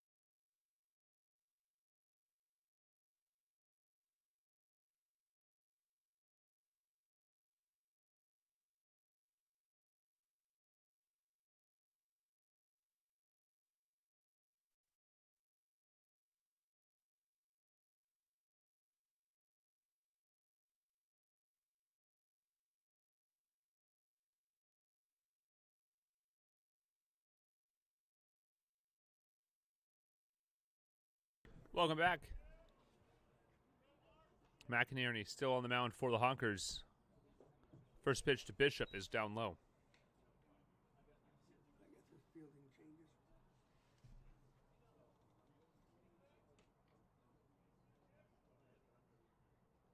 1-0 on the way. Popped up. In comes Maitre, but Yackley makes the play instead for out number 1.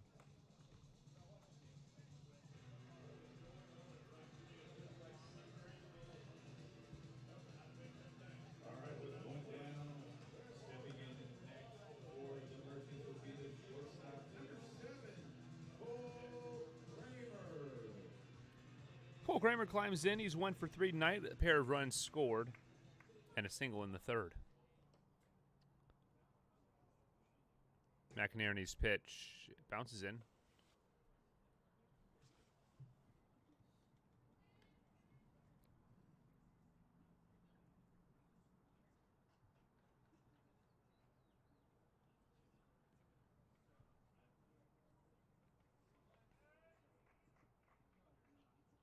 The wind and the 1-0 pitch is a line shot. Base hit into right field. A 1-out single for Cole Kramer will bring up Will Heron. 0 for 1 with a pair of walks and a pair of runs scored for the designated hitter.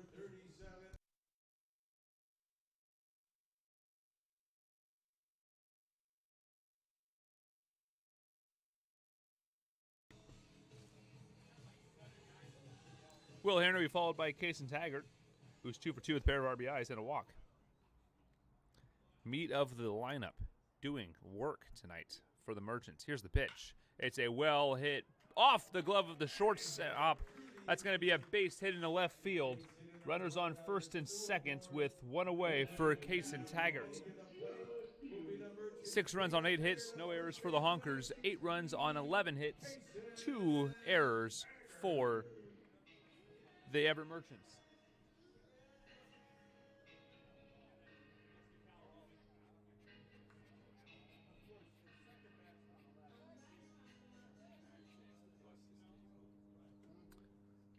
Here comes Taggart.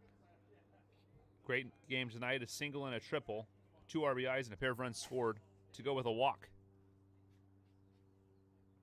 First pitch is taken for a called strike.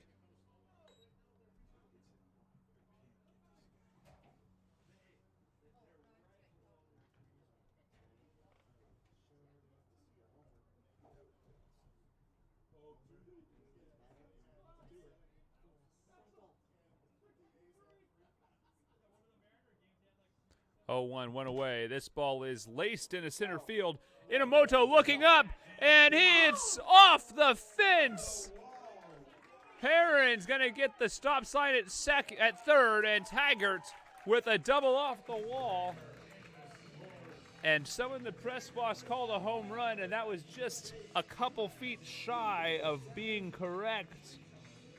It's 9-6 in the bottom of inning number 6.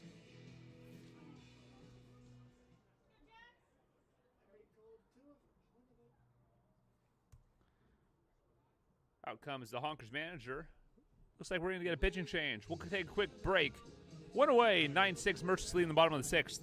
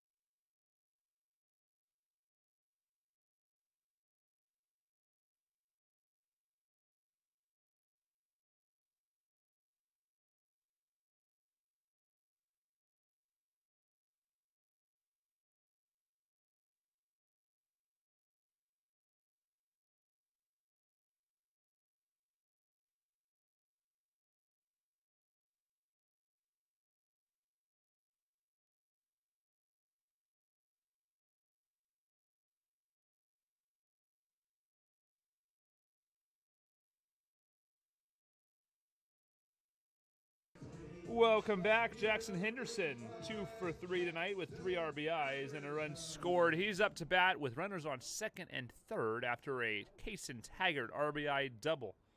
New pitcher is Evan McKay for the Northwest Honkers. His first pitch misses upstairs, 1-0. Evan McKay, 7 appearances on the year, no starts, 10.2 innings pitched. He's given up 7 runs, 5 of them earned. On 10 hits, 3 walks, and 11 strikeouts, a 2-0 record, and a 4.21 ERA. This pitch missing, and it's a good stop by Lindgren, or it would have scored a run for the Merchants. Jack Johnson on deck. Taggart, a great night.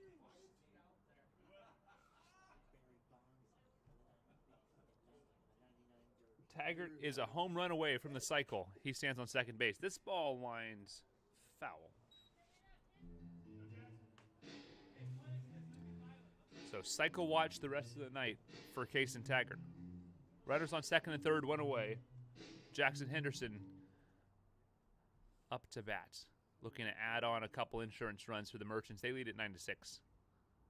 Here's the pitch. It's a called strike.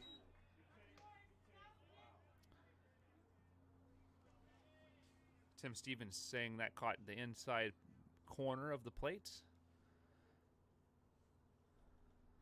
A few of the fans disagreeing. 2-2 on the way. It's chopped foul. Henderson staying alive.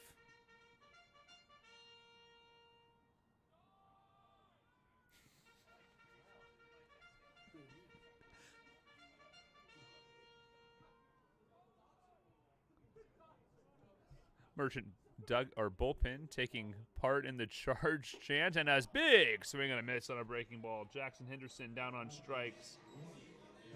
As Jack Johnson strides to the plate, pair of strikeouts and a walk, he scored. Third baseman number 24, Jack Johnson.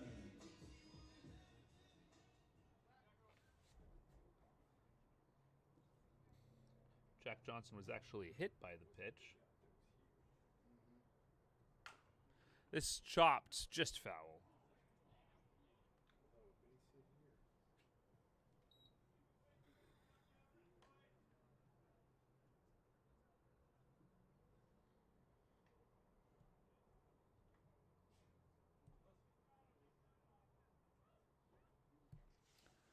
Oh and 1 to Jack Johnson. Chance to blow this game open with a base hit. Here's the pitch. It's upstairs. 1-1.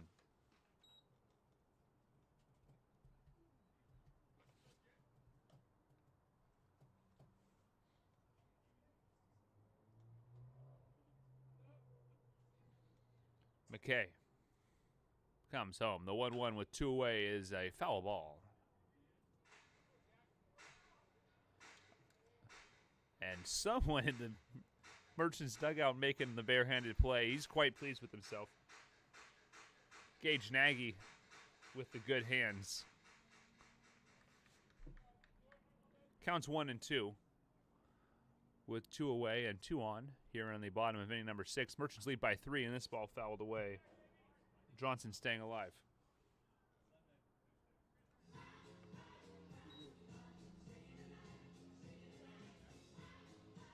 Abergidi delivering a couple new baseballs to the home plate umpire. As McKay gets a fresh ball from the catcher.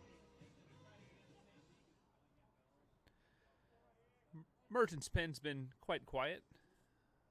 Maxfield should be out in the top of the 7th. Long hold for McKay. He gets the sign and comes set. Here it comes. The 1-2 pitch is chopped foul. Bo Blacken with the good hands at third.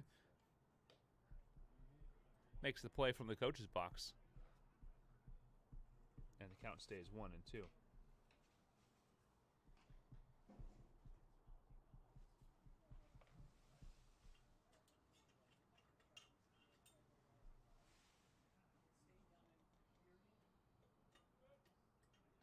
One, two away. This is a called strike 3.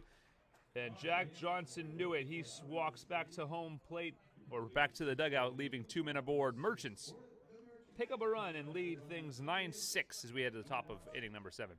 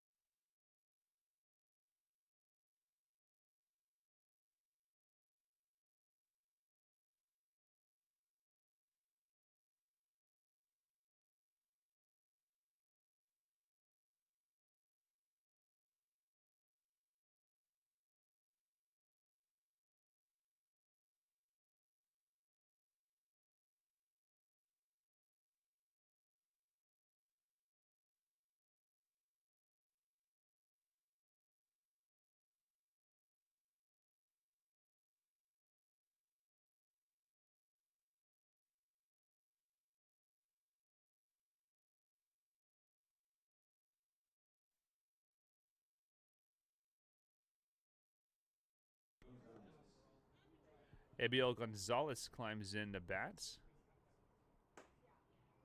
And he'll take a called strike from Jared Maxfield. Mariners in a tight contest with the Los Angeles Angels. 4-3 in the bottom of the 6th inning. The 0-1 pitch is chopped. Johnson slips, but gets up in time, fires to first, just in time for the out.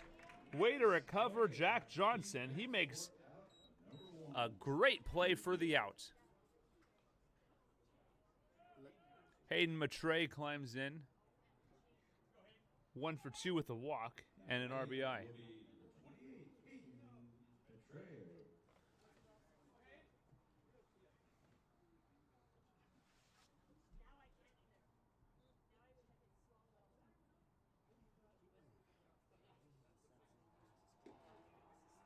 Called strike, and man, Matre does not agree with the call. It looked like it may have missed a bit outside.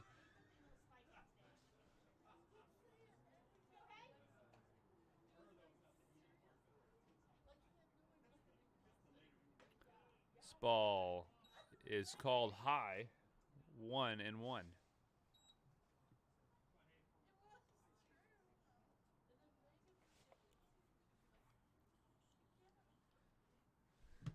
Expect Maxfield to work deep into the rest of this game. This one's upstairs.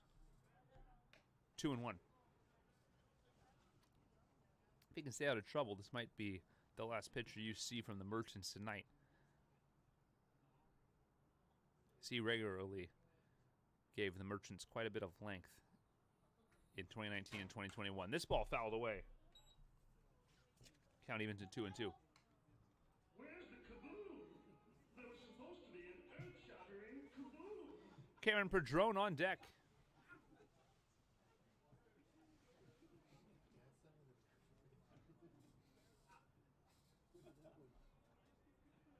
Here it comes. The 2-2 pitch on the way. It bounces in. Good stop from Bishop. And the count evens, or rather fills, at 3-2.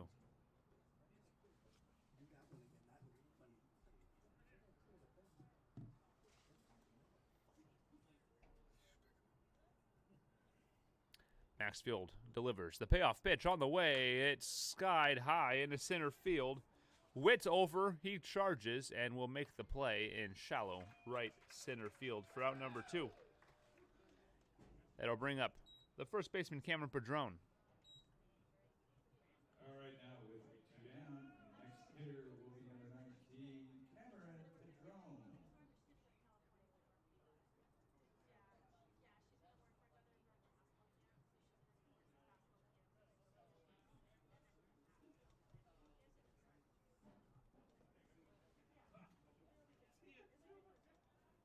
Padron 0 for 3 tonight.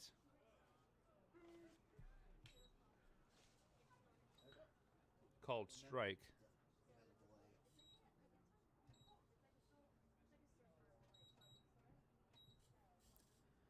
0-1 pitch is a line shot into right field, scooped up by Albert Greeny. To limit it to a 1-bagger, 1 out, or rather 2 out and 1 on. To bring up Kobe Stanstrom, the DH.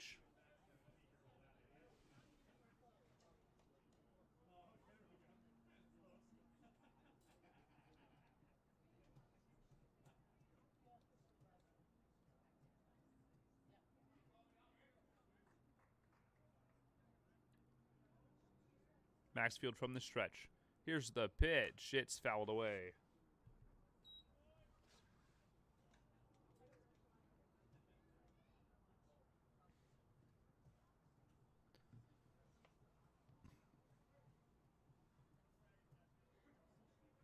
Oh, 1. Cameron Padron on first base. See what Maxfield can do here. Here's the pitch. It's low and away.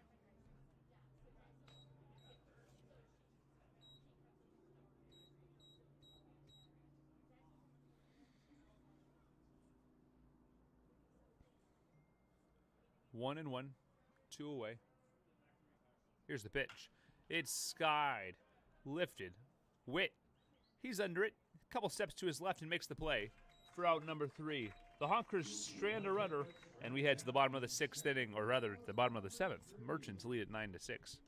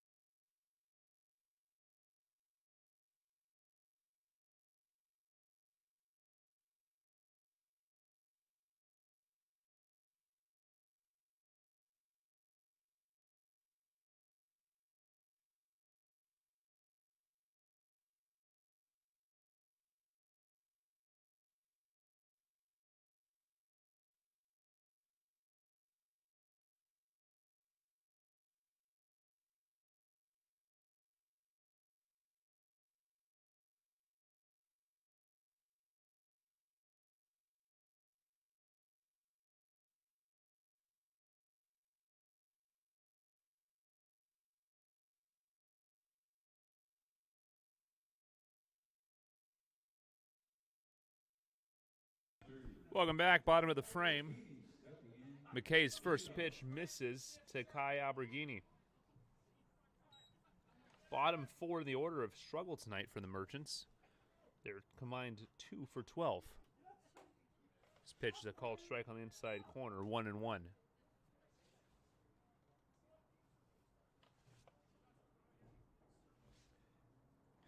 contrast, the top 5 hitters have 10 hits tonight. This pitch skied high to center field. Looking up and can't make the play is Inomoto in center field. A stand-up double for Kai Alberghini to center field. A lead-off double brings up Witt. Ryan Witt climbs in 1 for 3 tonight. Pair of fly ball outs and a single with an RBI.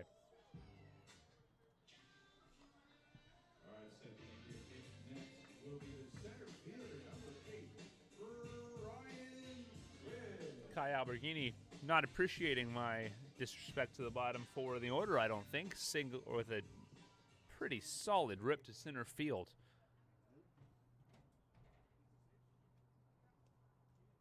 Here's the wind and the pitch. It's a called strike on the outside corner.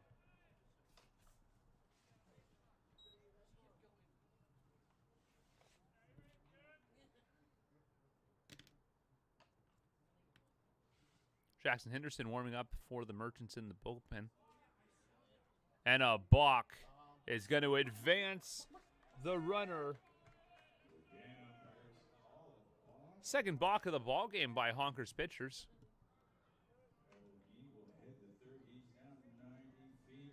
Johnson, or rather Alberghini, 90 feet away. A fly ball would score the run.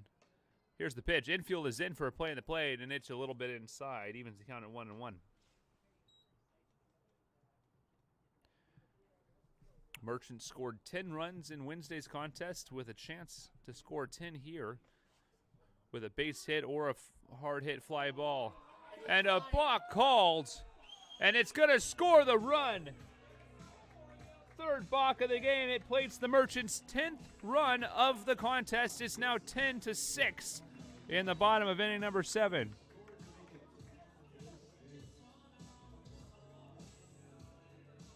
Caught the ball. That's the funny thing. The back. Ryan Witt catching the balk. Goodness gracious. What a play. What a turn of events here in the bottom of the 7th. And a called strike, 1-2.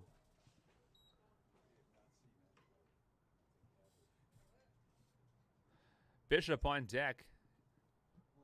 10-6 and the base is clean. Merchants with double-digit runs in the last 2 games. This pitch fouled away. We'll do it again.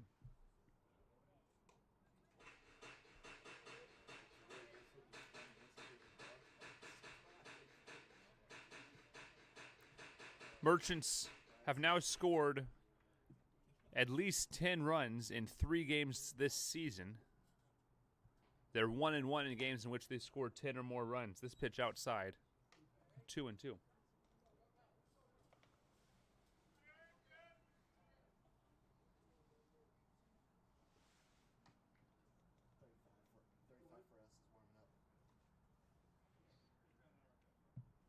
Henderson still getting warm for the Merchants.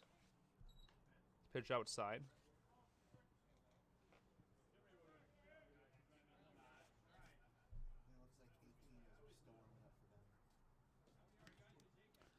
Full count to Witt. Here's the pitch. It's spoiled, and we'll do it again.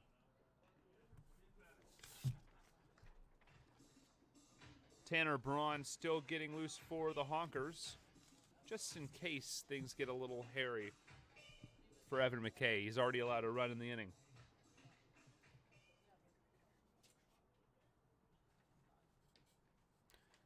Payoff pitch on the way. It's fouled off. Looks like it caught a piece of Lindgren on the way to the netting, and we'll do it again.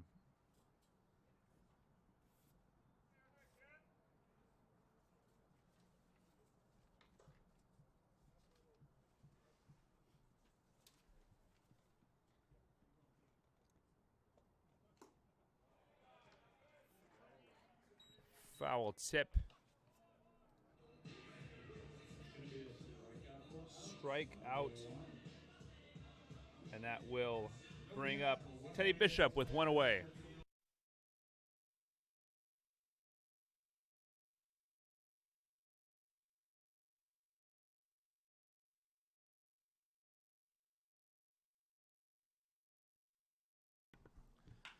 Teddy Bishop grounds to the shortstop Yackley, who throws over in time for out number 2. That'll bring up Aaron Barber. Our apologies for those following along on Point Streak. For some reason, the box score shows this game as 9-6 when it should show the game as 10-6. Not sure why Point Streak has this issue sometimes, but 10 runs have indeed been scored by the Merchants, and that will be it for Evan McKay. His night is over in relief. And in comes a new pitcher for the Honkers. We'll have his name and information when we return. 2 outs in the bottom of the 7th inning. Merchants lead at 10-6.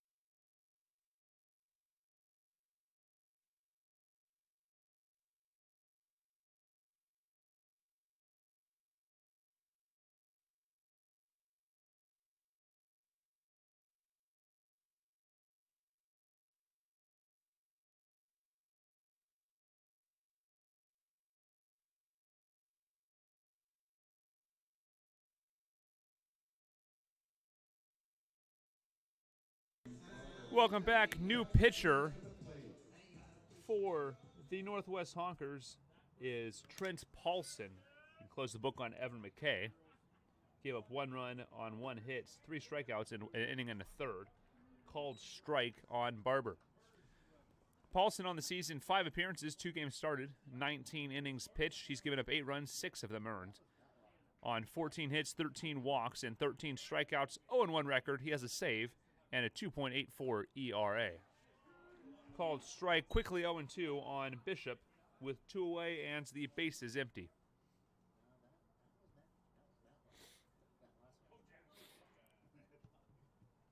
The wind has gone completely away here in Everett.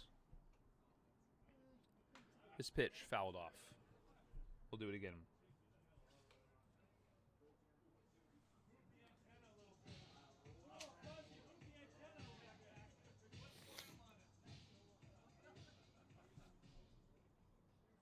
Honkers sends the bottom third of their order to the plate in the top of the 8th. Here's the 0-2 pitch. It's outside. 1-2.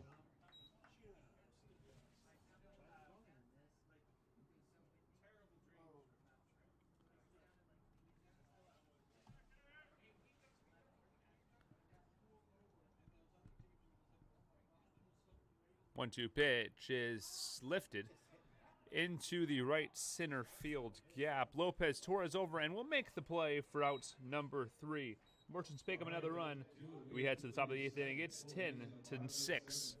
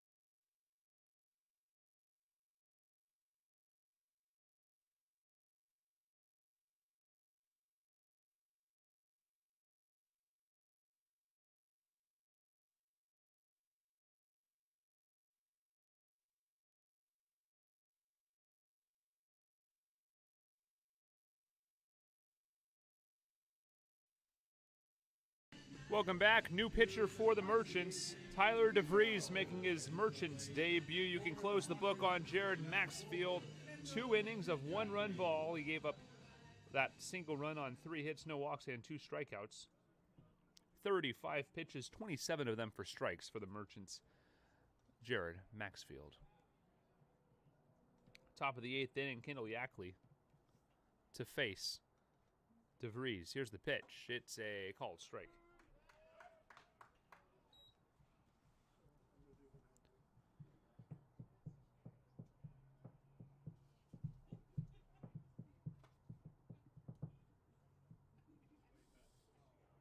Oh, 1 pitch upstairs. Yackley 1 for 3 tonight with a run scored and a single in inning number 6.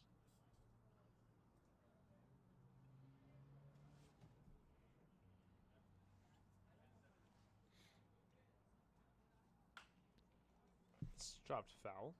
Count will stay 1-2. I'd like to thank you all again for joining this presentation of Everett Merchants Baseball. This homestand continues on Saturday, tomorrow, at a 5:05 special start time against the Seattle Cheney Studs, and concludes on Sunday, a 1:05 matinee against the Dub C Fish Sticks. 1-2, do it again.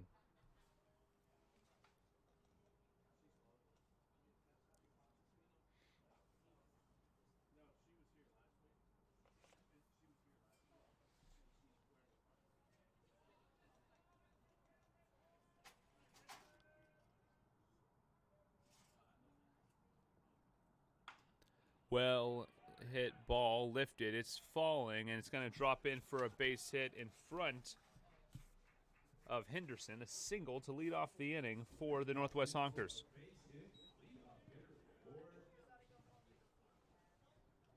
Nobody down, and the next hitter stepping to the plate will be number 60. Tommy Lindgren climbs in. 1 for 2 tonight. He was picked off after his single in the second inning. He scored after a walk in the fourth. DeVries, lefty hurler, comes home. It's called strike.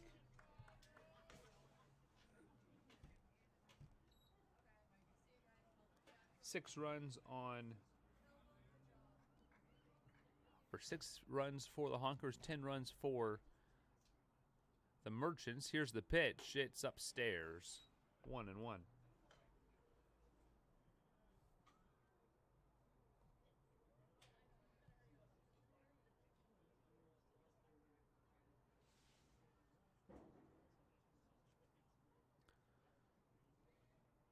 One pitch, nobody out. It's a line shot foul. Merchants bullpen scrambling to pick it up. Having some fun out there in the pen. Count is 1-2.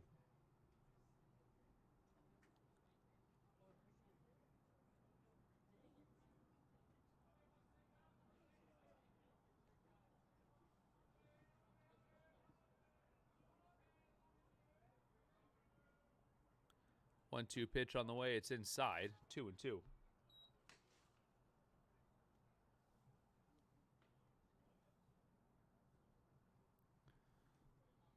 Once again, for those following along on Point Streak, our digital scoreboard on the scoring app is not working properly. It's currently 6 runs on 10 hits, no errors for the Honkers. 10 runs on 13 hits, 2 errors for the Everett Merchants. And the count runs full on Tommy Lindgren. The player stats in this game are correct. We will go in and update the scoreboard should that not correct itself when I finalize the game after tonight's contest.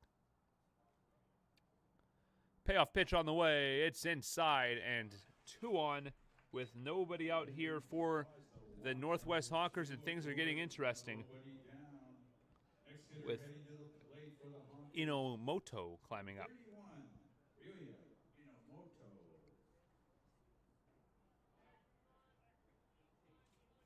Inomoto 1 for 3 tonight with a pair of runs scored. He reached on an error in the fourth.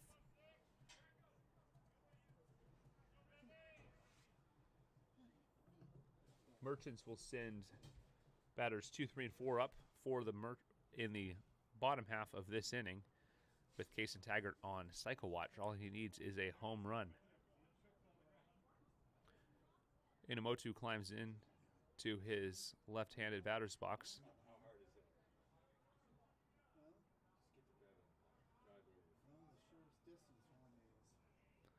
Here's the pitch, bunt shown, and it's chopped foul.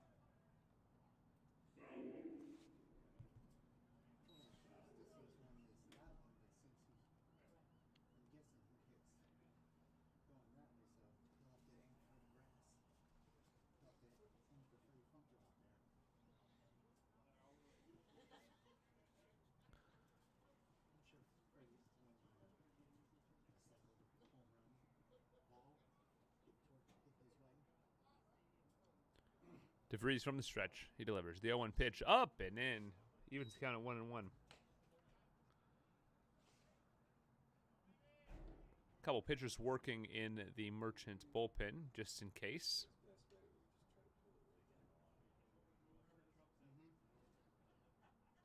to pull it right down the line.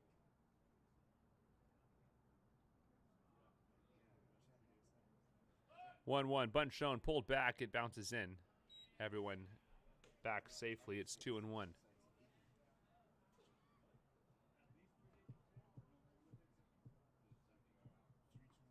Realistically, he really tightens up. Or goes, goes straight out where he originally did his last time. Yeah. And have to take third because 2-1, little high, 3-1. I think DeVries thought that one caught a piece of the zone. And the new Merchants making his debut tonight in a bit of trouble early.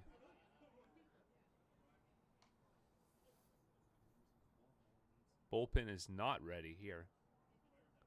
Here's a 3-1 pitch. It's a high chopper to Barber. Shovel to second for one, and Kramer's going to eat it. A fielder's choice to put runners on the corners with one away. All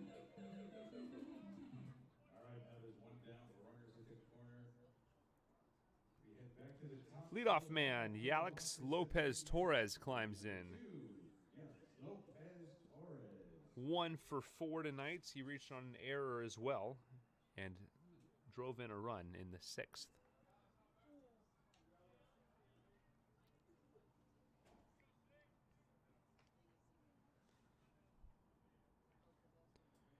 Motu on at first. Here's the pitch. Runner goes. This is a low ball and a stolen base. 1-0 the count. Advances with a stolen base. Now there's two runners in scoring. 2 in scoring position, and Umotu can, or rather, Lopez Torres can cut the lead in half with a base hit. How the complexion of this game can change with a single swing of the bat.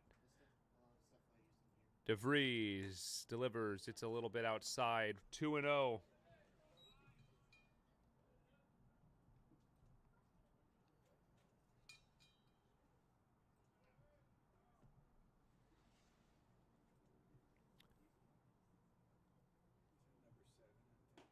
It's called strike. 2-1.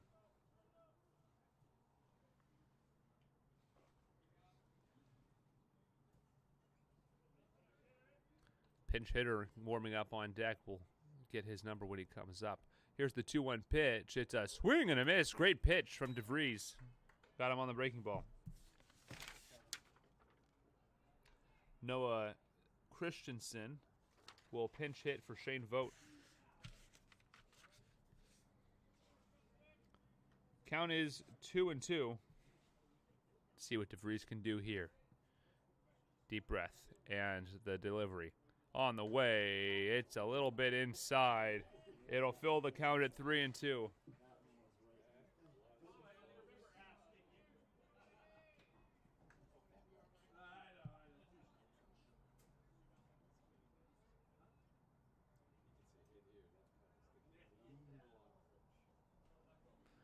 Three and two. Payoff pitch is fouled off, and we'll do it again.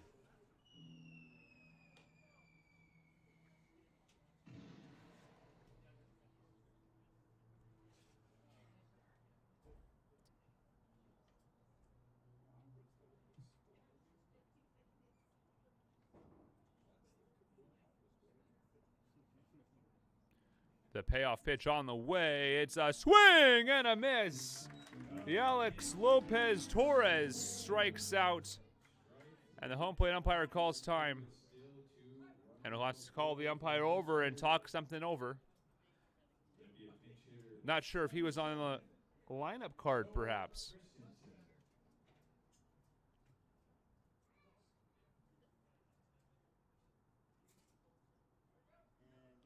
And we're going to make a few moves here. Let's take a step aside. Merchants lead at 10-6. Honkers threatening.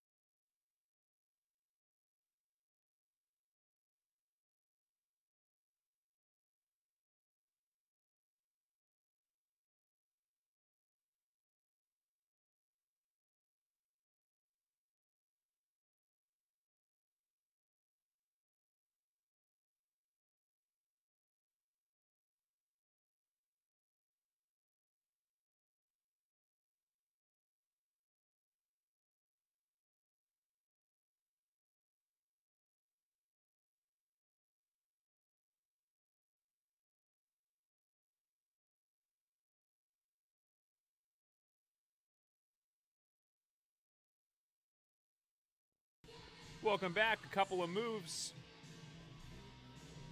Jackson Henderson to the mound here in the 8th inning.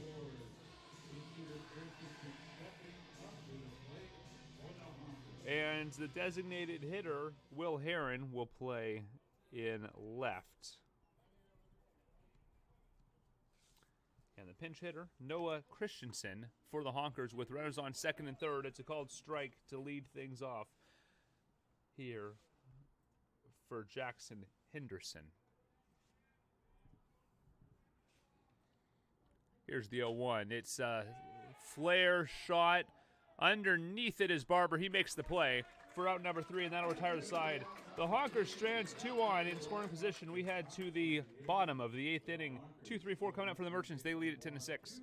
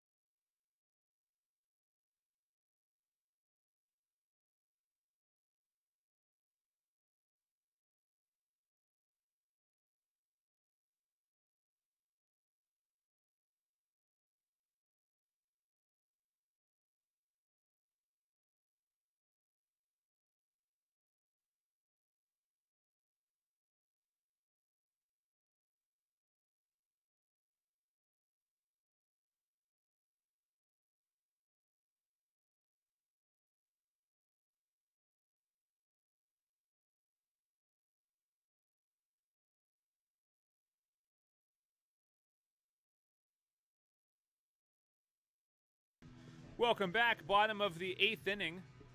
2-3-4 due up for the Merchants. Paulson stays in the game for the Northwest Honkers, and Cole Kramer leads things off in the bottom of the 8th. 10-6 Merchants. First pitch fouled back. We'll go Kramer, Heron, who is DH now in left field, and Kason Taggart, first baseman for the Merchants. Working out of the stretch is Paulson. He delivers to Kramer. The 0-1 is a ball outside.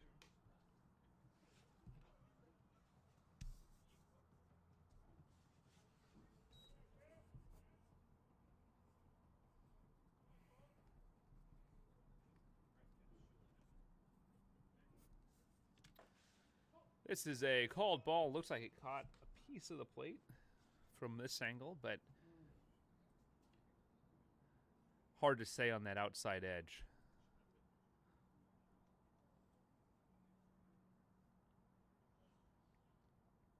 Here's the 2-1. It's a lined, or rather grounded ball right to Christensen, the new second baseman, who throws it over in time for out number 1. In climbs Will Heron. He's 1 for 2 tonight. He singled in the 6th inning for his solo base hit. He's also walked twice and scored each time he's reached on a walk. Merchants would love to add another run or two here to give themselves a little bit bigger cushion entering the 9th. This would be the Merchants. This is a solid base hit in the left field. Will Heron aboard. It brings up Kason Taggart, who's having quite a night tonight. A single in the first with an RBI, a walk in inning number 3, and a run scored. A triple with an RBI and a run scored in the 4th. and an RBI double in inning number 6. He's a home run away from the cycle. On first is Will Heron.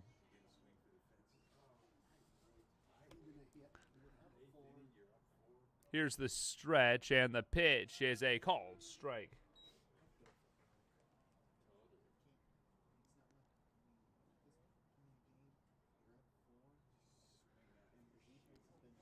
Lefty first baseman Taggart digs in. One aboard, 0-1 the count. Here's the pitch.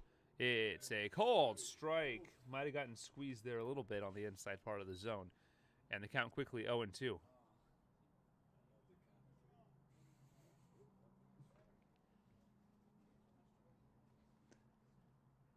On deck is Jackson Henderson, should he be needed.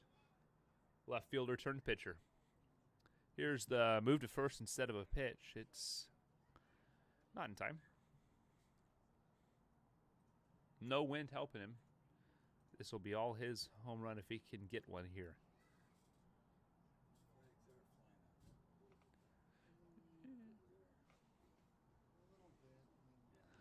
And pitch home is upstairs. Good stop by Lindgren. I think he got crossed up.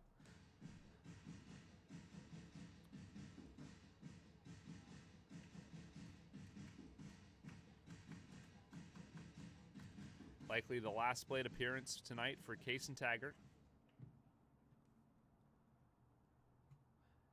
Player of the game to this point, by far. 1-2 pitch on the way. It swung on and popped up. Yackley under it. And he'll make the play for out number 2. They still had a heck of a game. 3 for 4. All right, with 2 down, now the next hitter. With 2 away, pitcher Jackson Henderson climbs up. And out comes the Honkers manager. We'll take a quick break. Looks like we might be getting a pitching change. 2 away in the bottom of the 8th inning. Stay with us.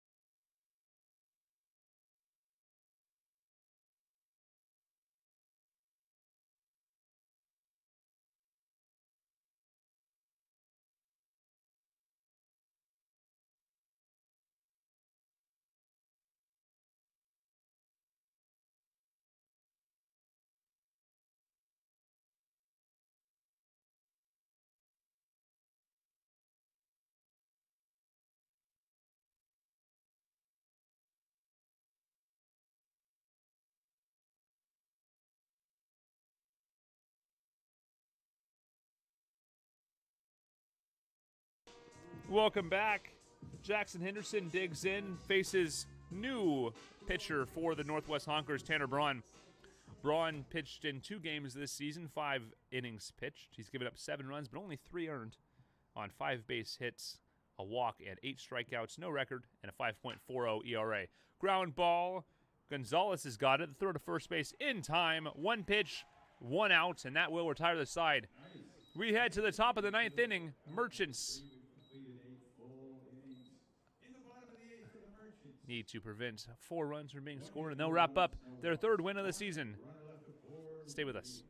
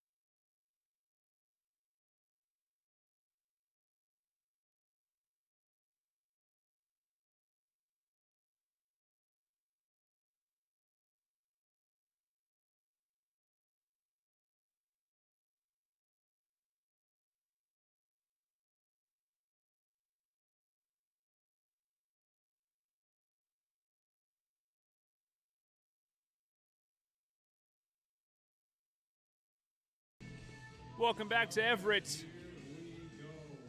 Jackson Henderson looking to wrap this one up for the Merchants in the top of the 9th inning.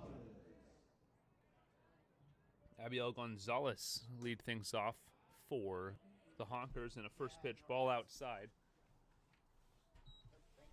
1-0. This ball lifted sky high. Kramer calling everyone off and makes the catch for out number 1. One away. Mm-hmm. Now batting will be number 28, Hayden. One away. Bay. Hayden Matre climbs in. 1 for 3 with a walk and an RBI. Merchants lead it 10-6 here in the top of the 9th inning. This pitch is a slow chopper. Kramer charges. He's got it. The throw across to Taggart in time for out number 2, and the Merchants are 1 out away from their 3rd league win of the season. Final out for the Honkers. Cameron Padron climbs up, the last hope for the Northwest Honkers. Number 19, Cameron Padron. 1 for 4. He singled in the 7th. Here's the wind and the first pitch. It's a called strike number 1.